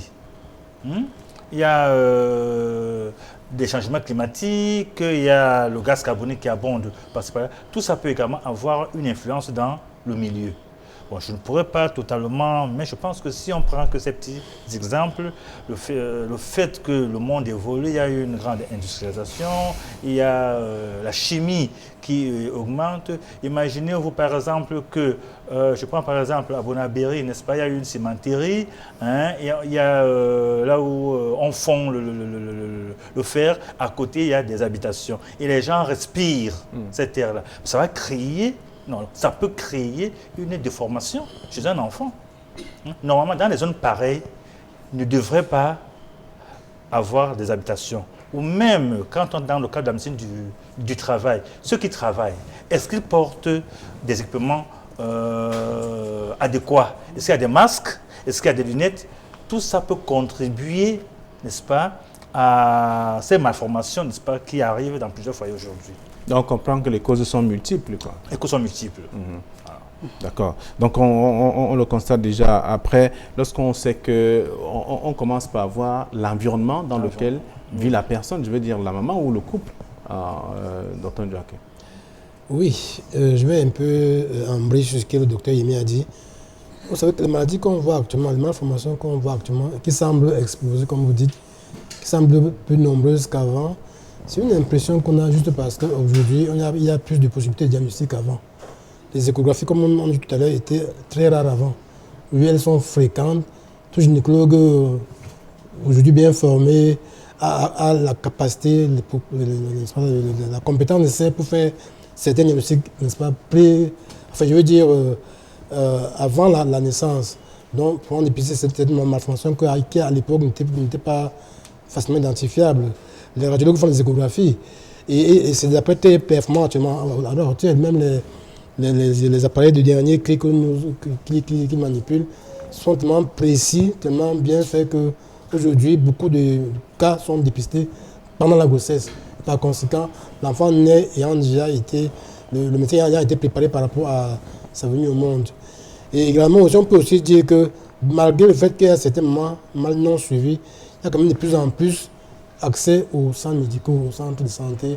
Le personnel est quand même plus répandu qu'avant, bien qu'il y ait des cas encore où il n'y a pas de suivi. Mais dans l'ensemble, il y a quand même plus d'hôpitaux qu'avant, les grands hôpitaux, les centres médicaux d'arrondissement, les hôpitaux de district. Ce qui fait que quand même, on a plus de chances d'avoir ces cas-là qu'à l'époque. Bon, maintenant pour ta question, Constant, effectivement, l'environnement joue beaucoup. Il a incité sur l'environnement, la pollution de l'atmosphère. Les médicaments que nous prenons là aussi parfois, les médicaments que nous prenons, que nous prescrivons parfois ont des effets secondaires. Surtout pour la maman qui est enceinte. Pour un exemple qui me concerne un peu, c'est le cas des anti-épileptiques. Par exemple, une maman qui est épileptique et qui conçoit doit être très bien suivie. Il y a des risques qu'il y ait un effet, n'est-ce pas, nocif du médicament sur le fœtus, malformation, et même de la maladie sur le fœtus aussi. Donc les médicaments, les toxiques, l'environnement, les produits chimiques, même l'alimentation. Ce que nous consommons n'est pas très souvent contrôlé. Tous ces boîtes de conserve que nous consommons, nous ne maîtrisons rien. Tous ces produits importés, surgelés, etc., consommés pendant des années, on ne sait pas dans quelles conditions, sont des facteurs probables, n'est-ce pas, possibles de malformation. Parce que quand un produit est conservé, le conservateur est un produit chimique que nous ne maîtrisons pas. Donc autant de possibilités que nous avons, autant de causes que nous avons, que l'enfant naisse étant malformé. Bon, les problèmes des radiations ionisantes, les radiographies, bon, quoi, c'est maintenant un peu plus rare, les gens sont assez informés que les radios classiques ne se font pas chez une femme enceinte. On fait plutôt des examens non invasifs comme les échographies. Il y a beaucoup de causes possibles de ces malformations et il est question de faire une sorte de counseling, une campagne de prévention, expliquer au moment à la population que pendant que vous voulez concevoir, faites attention à ce que vous consommez, à l'environnement, aux médicaments que vous consommez. Dites à votre médecin, gynécologue, que j'ai tel problème de santé que je suis en train qu'on est en train de suivre. Par contre, il saura avec ton gynécologue et ton médecin traitant comment manager pour que l'enfant soit, n'est-ce pas, protégé contre ces risques-là. D'accord. Ça vient? Oui. Une seconde, juste 2 minutes. Quoi. Je voulais ajouter quelque chose. Il a dit quoi? Mais attention aussi à nos vendeurs de médicaments ambulants. Ça aussi, c'est-à-dire ils vendent parfois des produits toxiques. Des produits d'ailleurs dont les dates de péremption, n'est-ce pas, ont été atteintes. Quoi. Alors nous avons des Make Me Aware. Parce que, c'est pas, vous êtes une femme enceinte, hein, elle a une douleur. Au lieu d'aller voir le personnel médical, elle se limite, bon, c'est vrai, ce sont les effets de la précarité, elle se limite aux vendeurs de médicaments ambulants qui n'a aucune formation médicale. Alors, vous avez... Ils vous diront certainement dans le secteur qu'il y a ceux qui ont été formés, mais faute de trouver un emploi, ils ont créé... Faites une étude, moi j'ai déjà testé. Je suis allé au marché central. Je me suis habillé en haillons, bon, comme ça, et j'ai fait le tour. 99,9% n'ont reçu aucune formation médicale. Ça, c'est clair. Une femme qui est enceinte va lui donner de la ciprofloxacine, va lui donner un produit qui est vraiment, comme l'a dit, toxique à l'embryon. Et voilà un enfant qui va naître avec une malformation. Ça, j'ai dit au marché central, j'y suis allé, j'ai essayé de faire un truc comme ça, je veux. On vous dit, si vous voyez qu'on mélange l'ibuprofène avec le diclofenac ou bien il y avait encore notre Adexa. On mélange tout ça et on donne à une femme qui est enceinte, on dit ça va calmer la douleur. Comme on dit, on va où là? Alors, docteur Ndjomo, il y a quand même, quand on écoute Daniela, elle évoque quand même la question de la respiration. Vous avez peut-être évoqué, vous avez commencé à expliquer, mais on peut comprendre que c'est un autre problème également qui s'ajoute. Est-ce que ça naît de la prise excessive de poids ou alors que ça peut être un autre facteur des risques qui se présentent en fonction du fait de rester longtemps, depuis 2 ans carrément qu'elle est à la maison, sur place, ça peut créer un problème cardiaque en même temps. Ouais, tout à fait, merci Flavien. Avant de répondre à ta question, je vais ajouter un mot par rapport aux malformations pour dire aussi que dans les facteurs environnementaux qui peuvent être attachés aux malformations, il faut ajouter aussi la consommation excessive d'alcool. De plus en plus, les femmes enceintes se livrent à la consommation de l'alcool, d'autant plus qu'il y a parfois un retard pour le diagnostic même de la grossesse. Donc parfois elles sont enceintes, elles ne sont pas au courant qu'elles sont enceintes, elles sont dans les bars en train de boire. Elles consomment aussi, fument de tabac. C'est aussi un facteur, n'est-ce pas, qui peut entraîner des malformations. Et même aussi celles qui portent certaines maladies chroniques comme le diabète, l'hypertension et autres, peuvent, n'est-ce pas, être prédisposées à faire des enfants avec des malformations. Donc je ferme la parenthèse, c'était un complément que j'apportais. Alors en ce qui concerne le cas de Daniel, il faut dire que c'est vrai qu'ici maintenant c'est difficile de savoir qui est l'œuf, entre l'œuf et la poule, qui a généré l'autre. Pourquoi? Parce qu'en fait, d'une part, son tableau clinique même, à la base, si on reste sur l'hypothèse qui me tient à cœur d'une cause peut-être endocrinienne, en plus de ce que les autres ont proposé, et déjà aussi ça entraîne une prise excessive de poids. Donc cette prise excessive de poids, en rapport avec une probable éventuelle hypothyroïdie, va être responsable, n'est-ce pas, de tout un désordre métabolique. Puisque à cause, n'est-ce pas, de cette prise de poids, elle peut avoir une glycémie qui va s'élever malgré son âge, elle peut avoir une tension artérielle qui va commencer à s'élever malgré son âge, elle aura les douleurs lombaires qui vont s'y mettre, et maintenant à cause de l'inactivité totale, parce qu'elle est totalement sur place, elle va normalement commencer à être un peu plus dyspnéique, c'est-à-dire avoir des difficultés à respirer, parce qu'en fait elle est totalement sédentaire. Donc tout ça fait que finalement, on ne sait plus trop, est-ce que même la toux qu'elle présente, qu'elle continue de présenter, est-ce que c'est un rapport avec une atteinte cardiaque? Parce qu'en fait, avec cette prise excessive de poids, avec cette rétention d'eau dans le corps, n'est-ce pas, quand elle se couche aussi, il y aura une tendance à avoir un apport excessif de liquide dans la cage thoracique et elle aura tendance aussi à tousser parce qu'elle va étouffer. Donc pour dire finalement, tout cela peut se mélanger. Ça peut être à la fois la cause et comme ça peut être la conséquence. Mais ce qui est vrai, c'est que si rien n'est fait assez rapidement, on va entrer dans une complication qui sera un peu plus importante. Les problèmes cardiaques vont rapidement se mettre en route et là, on aura à gérer plusieurs situations. Alors, je crois qu'on va entrer dans la phase de la prise en charge de 2 cas. Docteur Yemi, on peut commencer par le premier cas ou le second, ça dépend de celui qui vous semble facile à... Bon, pas qui semble facile, mais qui me touche parce que je dis, sans vouloir choquer, mais je pense qu'elle est encore plus prête à la vie. Hein, c'est le cas de Daniela.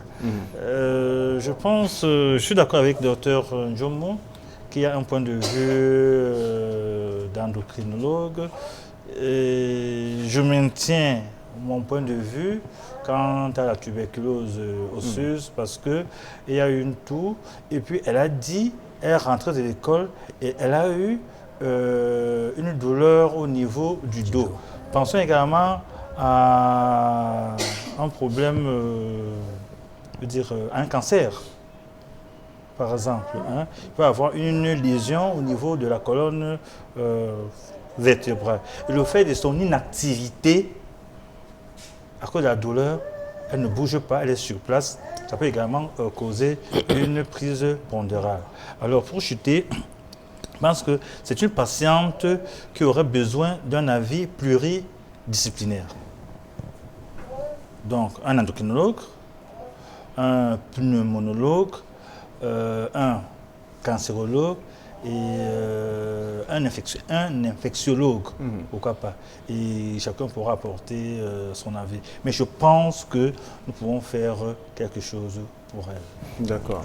Ça, c'est pour Daniela. Daniela. Et pour Bonaventure, c'est un cas un peu complexe, à mon avis. Hein.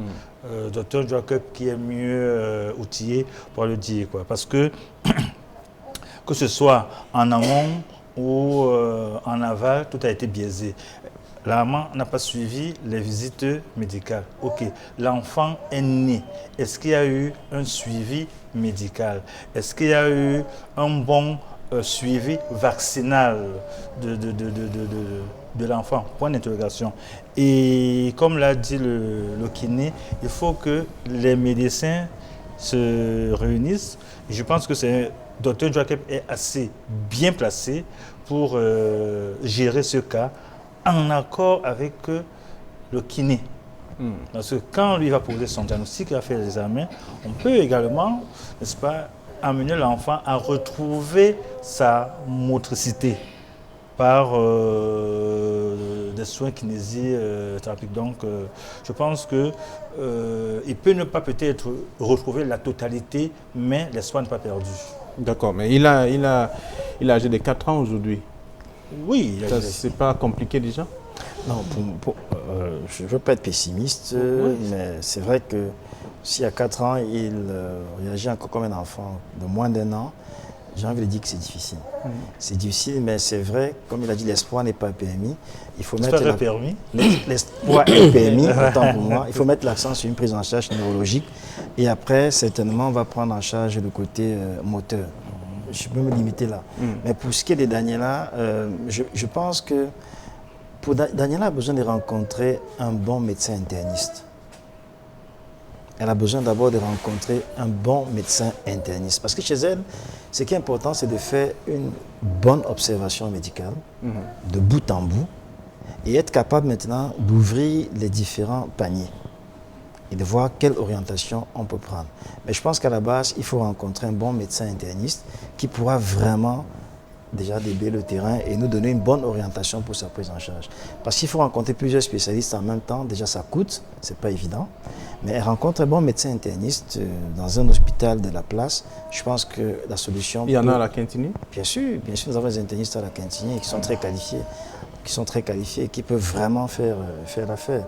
Donc je pense qu'elle a d'abord besoin de rencontrer un interniste et après cela, on trouvera quelle est la solution. Maintenant, au niveau de la prise en charge, à partir du bilan sanguin qui sera fait, à partir des examens radiologiques qui seront faits, au niveau de l'échographie du cœur, l'électrocardiogramme, la radio du thorax, le bilan des hormones thyroïdiennes, voilà, l'animation sanguine et tout ce qu'on pourra faire, on aura vraiment une idée précise sur son cas. Mais son cas, pour moi, c'est un cas qui sera facilement géré. Oui. Vous voulez dire quelque chose? Non, je suis d'accord avec le Tenjumo. D'accord. Alors, je vous donne la parole à la fin, mais je voudrais plus me donner la parole à Eno Oscar. Dans cette prise en charge, qu'est-ce que vous vous proposez? D'abord pour le cas de Bonaventure et ensuite pour Daniela. Dans la prise en charge de Bonaventure, comme je l'ai dit tantôt, il y avait 3 types d'IMC. Et notre prise en charge va se baser en fonction des types d'IMC. Puisque j'ai dit au départ que la prise en charge est pluridisciplinaire. Lorsque l'examen neurologique, tout serait bien fait, nous allons nous engager dans la prise en charge de la partie motricité en fonction du type d'IMC que nous aurons évalué. Parce que nous évaluons avec les tests que nous avons été formés par rapport à ça. En fonction de ce type, nous allons mettre un protocole de soins, ce qui va nous permettre d'essayer, nous ne dirons pas à 100%, de récupérer la fonction motrice, mais au moins à 80 ou 90%. Nous assurons les parents que au moins à 80 ou 90%, nous pouvons récupérer la fonction motrice des enfants. Et puis, il y a des autres spécialités qui pourront intervenir, par exemple l'orthophoniste, l'ergométrie va aussi faire intervenir, puisque nous allons apprendre l'enfant à vivre dans son environnement avec son handicap. Là, nous allons faire intervenir un autre spécialiste en fonction des besoins que nous solliciterons par rapport à ces cas. Donc, c'est une prise en charge vraiment un peu complexe, mais nous avons un espoir que quelque chose peut se passer. D'accord. Et pour la prise en charge de Daniela, j'ai dit tantôt que nous ne pourrions pas nous prononcer tant que les autres médecins qui sont le Dr Ndjomo et les autres n'ont pas donné un bilan final par rapport à qu'est-ce qui est le véritable diagnostic de la pathologie de Daniela. Et puis, lorsque cela fait, nous allons nous prononcer maintenant pour la partie motricité. D'accord. Alors, vous donnez votre accord que vous allez suivre ces 2 cas? Évidemment, nos structures sont ouvertes. Nous sommes là pour des cas et nous mettons notre expérience pour essayer d'aider les cas des parents qui souffrent de ce genre de malformation. D'accord, merci. Merci déjà, Eno, Oscar. Alors, docteur Joacheb, vous êtes le cœur de ce programme aujourd'hui, parce que ça concerne, c'est votre domaine de toute façon. Tout à fait. Oui. Tout à fait. Commençons par le cas de Bonaventure. Bonaventure, oui. Oui, c'est un cas typique de la neuropédiatrie. Neuropédiatrie dans les maladies neurologiques de l'enfant, quelles qu'en soient les causes. Il faut donc qu'on rentre dans une observation complète, interroger, creuser, puis examiner, faire une synthèse, un diagnostic. Ils mettent un diagnostic probable.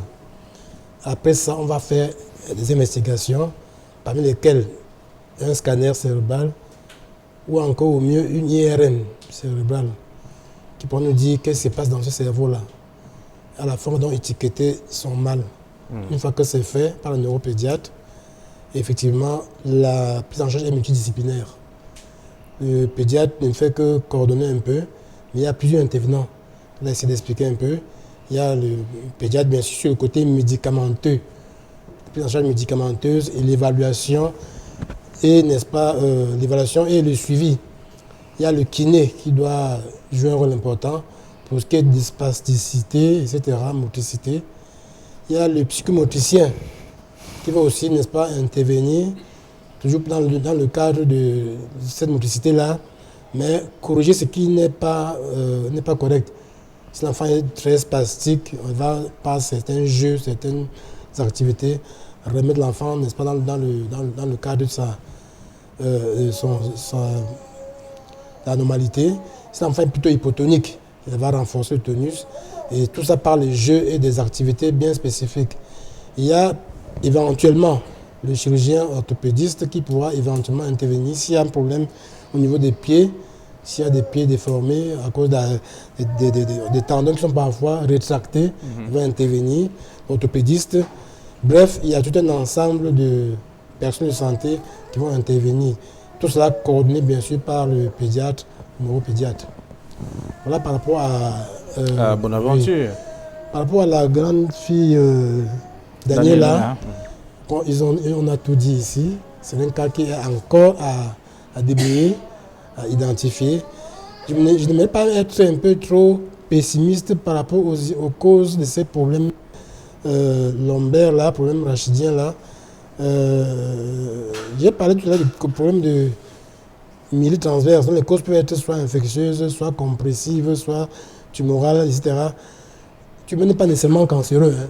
Ça peut être une tumeur bénigne, ça peut être un os qui s'est un peu, développé de façon excessive et comprime une partie de la moelle. Donc il ne faudrait pas que ce côté soit vraiment retenu par les parents, l'enfant et les jeunes.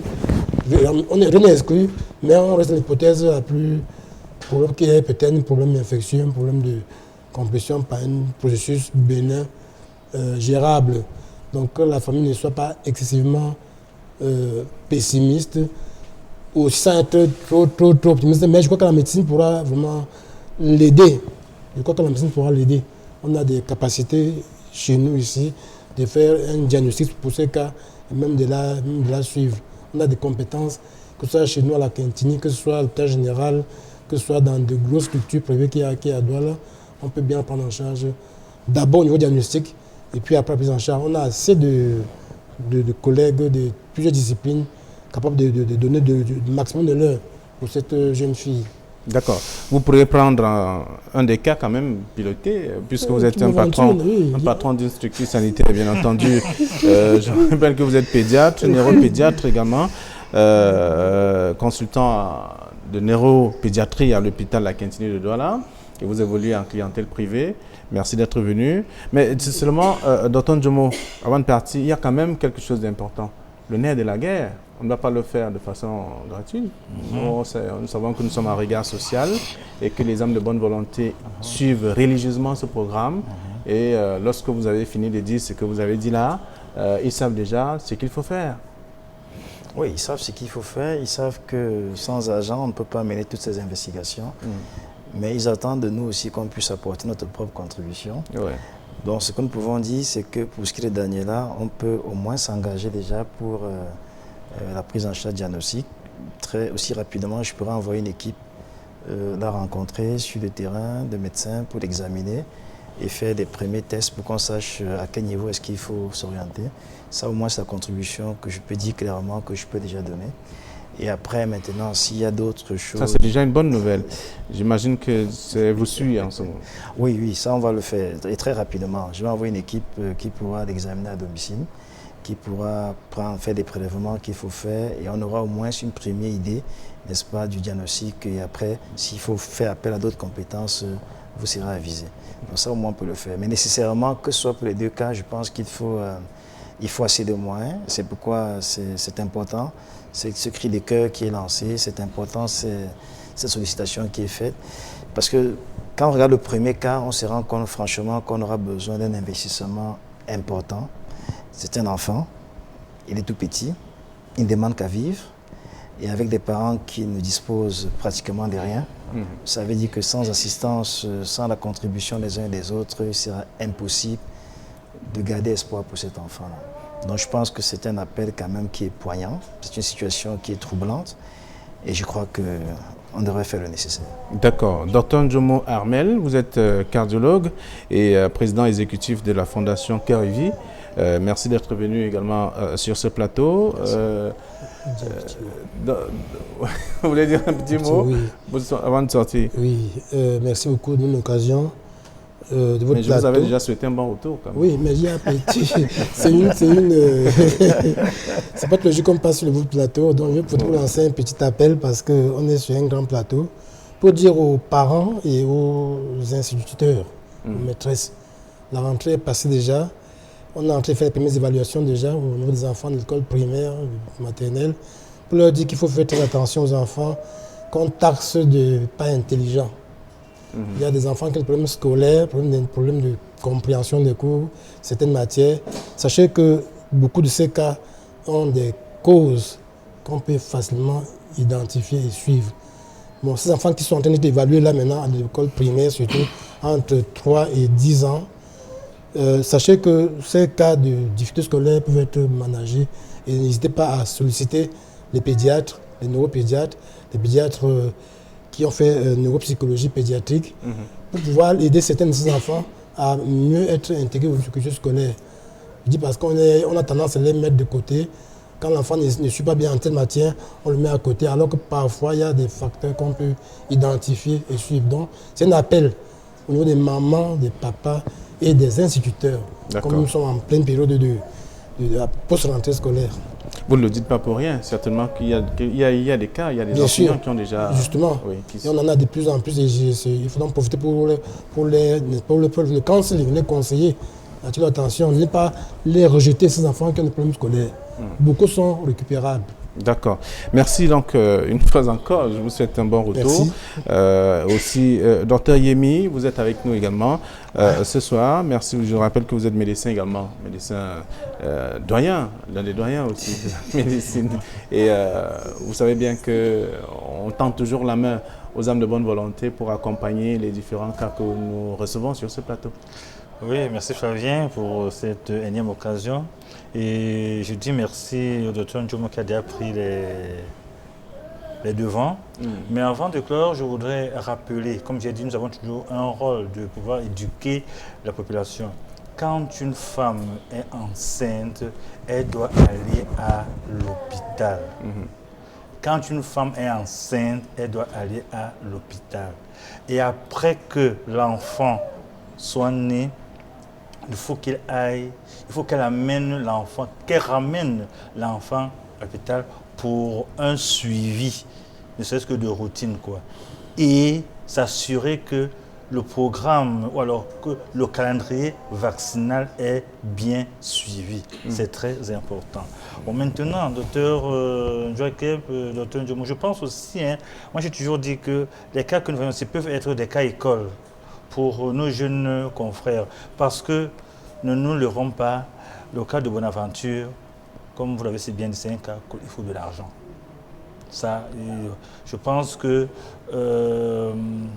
je ne sais pas, nous avons une faculté de médecine ici à Douala, c'est un cas qui pourra intéresser, un cas pratique, n'est-ce pas, où nos jeunes confrères pourraient s'exercer et poser un diagnostic. Bon, pareil pour le cas de Daniela. Par contre, je ne sais pas, est-ce que ce n'est pas possible, par contre, que Daniela puisse être transporté de la maison pour l'hôpital ou, étant sur place à l'hôpital, on peut appeler plusieurs confrères pour jeter un coup. Parce que si on va à la maison, ça peut être une situation, ça peut être limité. Mais si on la déplace de la maison pour l'hôpital, on peut faire appel à un ou deux confrères qui peuvent donner un avis. C'est vrai, mais il n'y a plus de plaisir, n'est-ce pas, à donner qu'à recevoir. S'il fallait peut-être louer une ambulance pour la prendre à la maison, où nous sommes prêts à contribuer, parce que quelque part aussi, nous sommes là pour ça. Donc, que ce soit pour le cas de Daniela ou le cas de Bonaventure, je pense qu'il ne faut pas perdre espoir. D'accord. J'ai toujours dit quelque part que ça ne choque personne. Il y a un Dieu vivant qui est là. Il suffit que nous nous mettions, lui aussi va apporter, n'est-ce pas, de sa touche pour pouvoir y arriver. Merci Dr Yemi Racine. Merci également à Eno Oscar. On sait déjà ce que vous allez faire, vous l'avez déjà dit.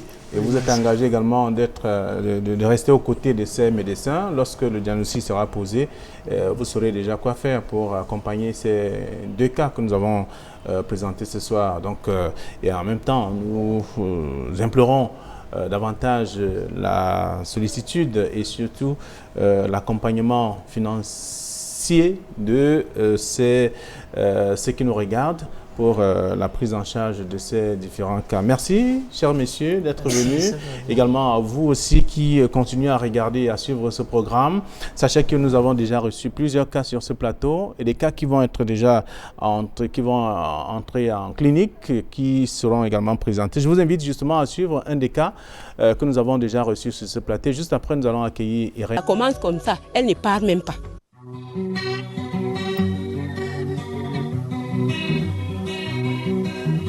Lorsque j'élève ma voix à travers l'univers, c'est pour chanter les souffrances de la terre. Je chante pour les enfants qui n'ont pas de peine. Je chante pour les amours perdus. Assis tout seul à l'entrée du domicile, avec son visage d'enfant, teinté du regard qui dégage la pitié, cette créature, qui n'a pas beaucoup connu la chaleur de ses géniteurs, est depuis l'âge de 4 ans orphelin. Le père est décédé en 2015. Quand la mère mourait, l'enfant avait 4 ans ou 5 ans. Sa maman était morte là-bas dans la chambre. C'est nous qu'on l'a entaché. Et on était seulement les femmes, nous seuls. C'est après sa mort, quand on était parti en Banga pour enterrer sa maman, que sa grande sœur était venue avec les enfants là. Ils sont beaucoup. Mais regardez même la maison, c'est la maison d'une voisine. Ils souffrent beaucoup, Mbombo, même pour manger. Regardez même la maison. Quand sa maman vivait même, sa maman a marché, jusqu'à ce que quand sa mère est morte, sa grand-mère a pris le relève, et même jusqu'à présent. Il n'y a pas de suite. Et vous voyez la famille, il n'y a personne. Il n'y a pas l'argent. Des fois même pour manger, il n'arrive même pas à manger.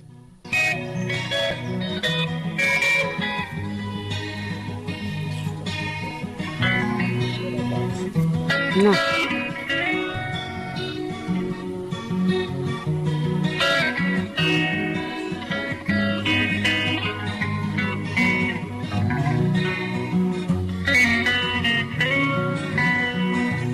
Entre ses jambes, il existe une véritable perturbation de son appareil sexuel.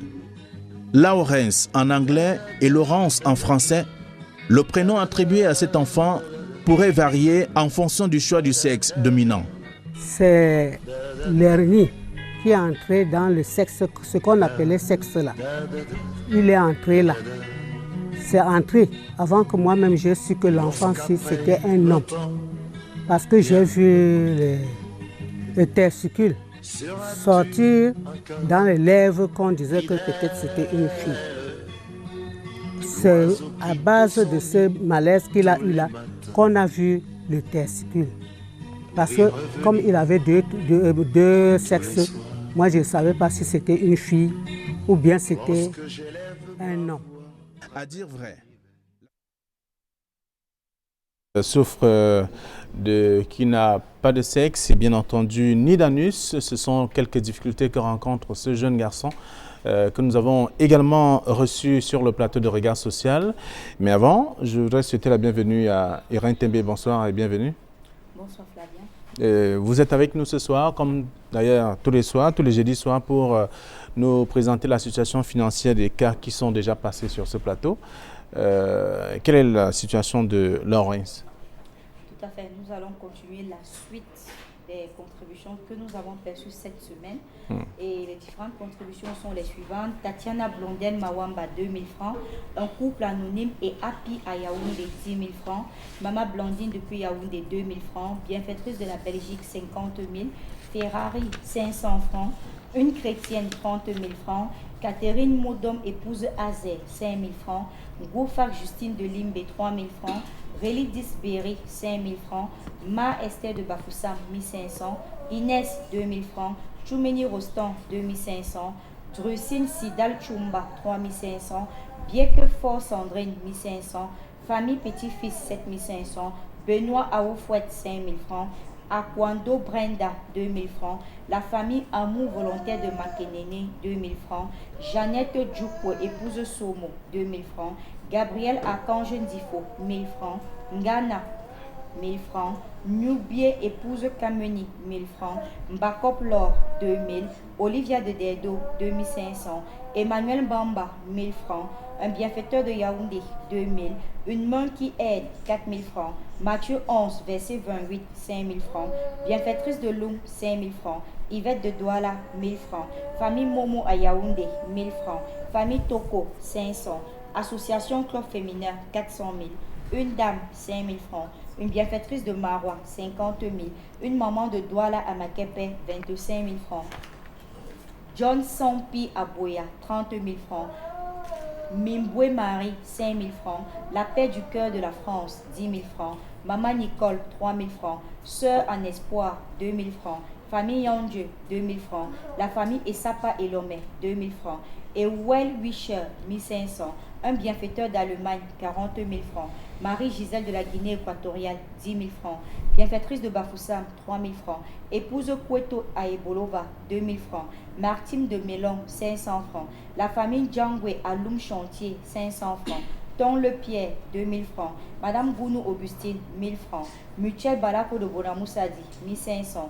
Une famille chrétienne à Yaoundé et Sos, 5 000 francs. Nous avons pour le cas du Petit Laurence un montant de 2 537 500 francs CFA. Alors, à côté de Laurence, il y a Augustin également, qui a ses 2 bras amputés. C'est un cas également que nous avons reçu sur ce plateau il y a quelques mois déjà. Il a besoin de prothèses et il faut davantage des moyens financiers pour l'achat de ce matériel important pour lui. Tout à fait, il faut davantage. Nous avons une association qui a répondu présente au cri du cœur d'Augustin sur ce plateau. Il s'agit de la fondation.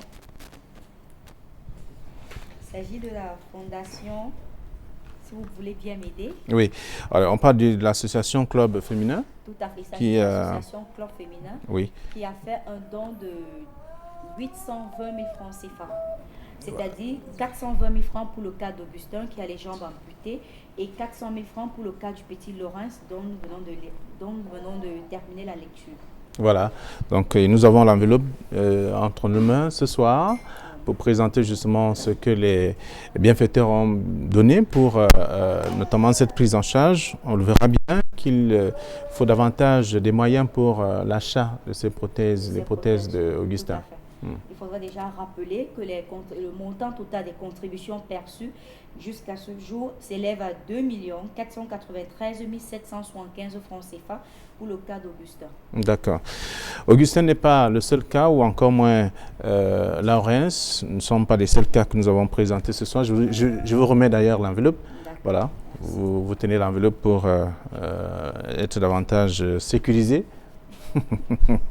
Alors, il y a aussi le cas de Maman Lucie, que les téléspectateurs ont d'ailleurs suivi, regardé également, je veux dire, au cours de ce programme. Maman Lucie, qui n'était pas sur ce plateau, mais qui a été reçue à l'hôpital il y a quelques jours déjà.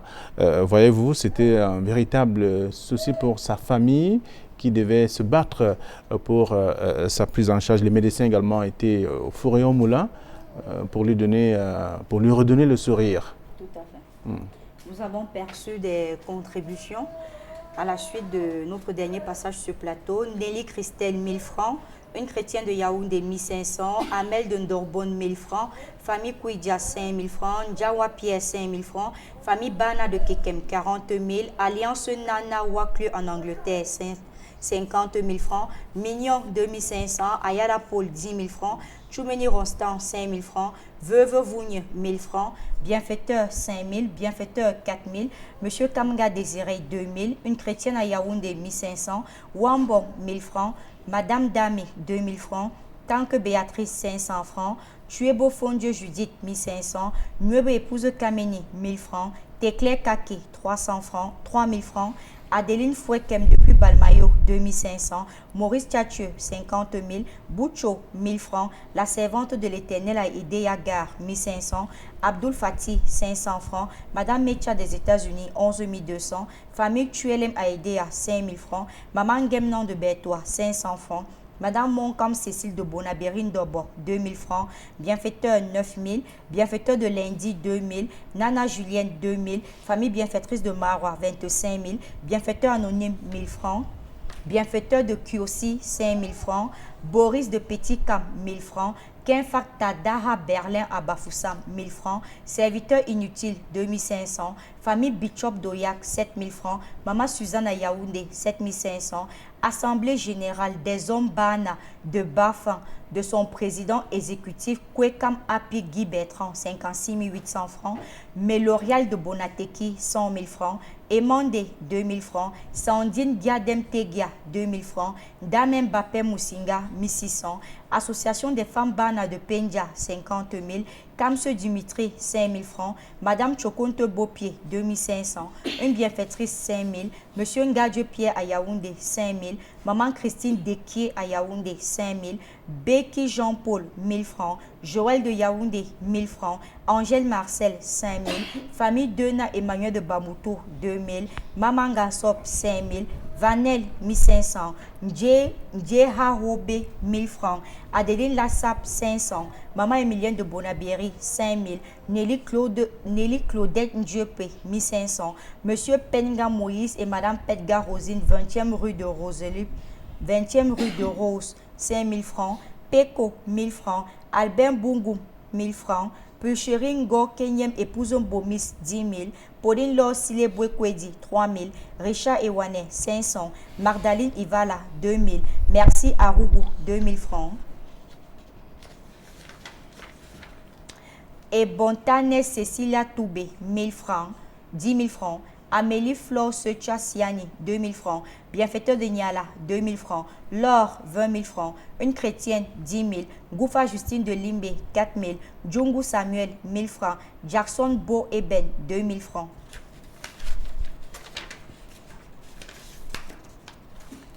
Kako Stéphane Joël, 2 000 francs. Fopa Paul Naref de Tchada Baleine, 500 francs.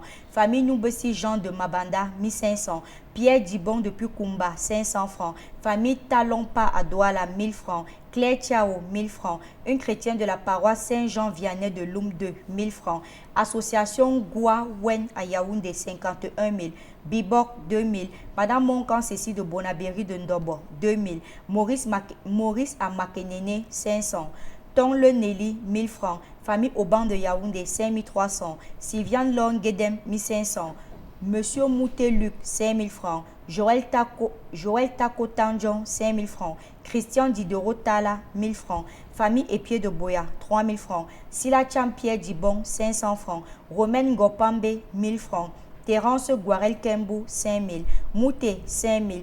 Ganya Chanchou Nerissa Diane, 2000. Stéphane Joël Capo, 2000. Ali Enoussa, 2500. Et Broda Fomankon, 2000 francs. Madame Moumekam, 5000. Famille Tchaga Gabriel, 5000. Famille Ngongang Abaranté, 350. Paul Béchirake de Kumba, 2000 francs. Menani Odette, 1000 francs. Tchechua Ivana, 500. Une grand-mère à Libreville, 5000. Une bienfaitrice à Songolo Yaoundé, 2000. Sandrine de Simbok, 1500. Bienfaitrice de France, 12 655 francs. Nous avons, pour le compte de Maman Lucie, un montant de 1 998 775 francs CFA. Il est à noter qu'au niveau des dépenses, nous avons 1 256 000 francs CFA. Actuellement, nous avons en caisse 742 775 francs CFA. C'est là la situation financière de Maman Lucie. Vous avez une nouvelle aussi? Oui, une nouvelle très très triste.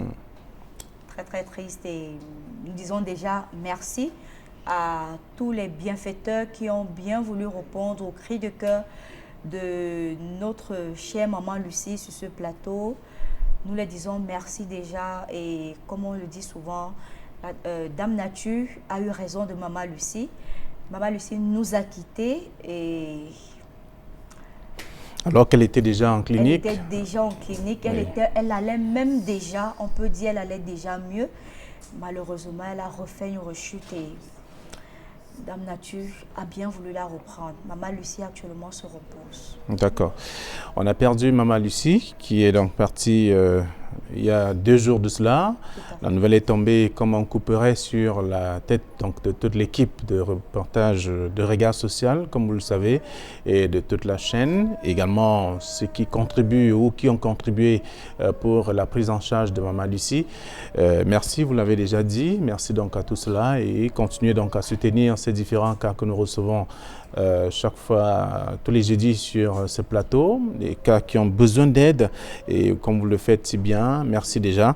Et là, je voudrais également vous remercier pour d'être venu ce soir également. Merci. Merci également à vous, Flavien. Voilà. Merci. À la famille, nos sincères condoléances donc à cette famille de Maman Lucie. À toute l'équipe, je vous dis merci aussi. Il y a Georges Mitterrand, Théo Tchunke qui était là, Cédric Nana, Cédric Chouna, Roger Ndjomo alias Libero. Il y a Ephraim Yemele qui était avec nous également pour la réalisation de cette édition. Danny Warren Zede qui est le réalisateur de ce programme. Et il y a aussi le public qui est avec nous comme tous les jeudis soirs. Merci. Je suis Flavien Ndongo. Madame, Monsieur, bonsoir.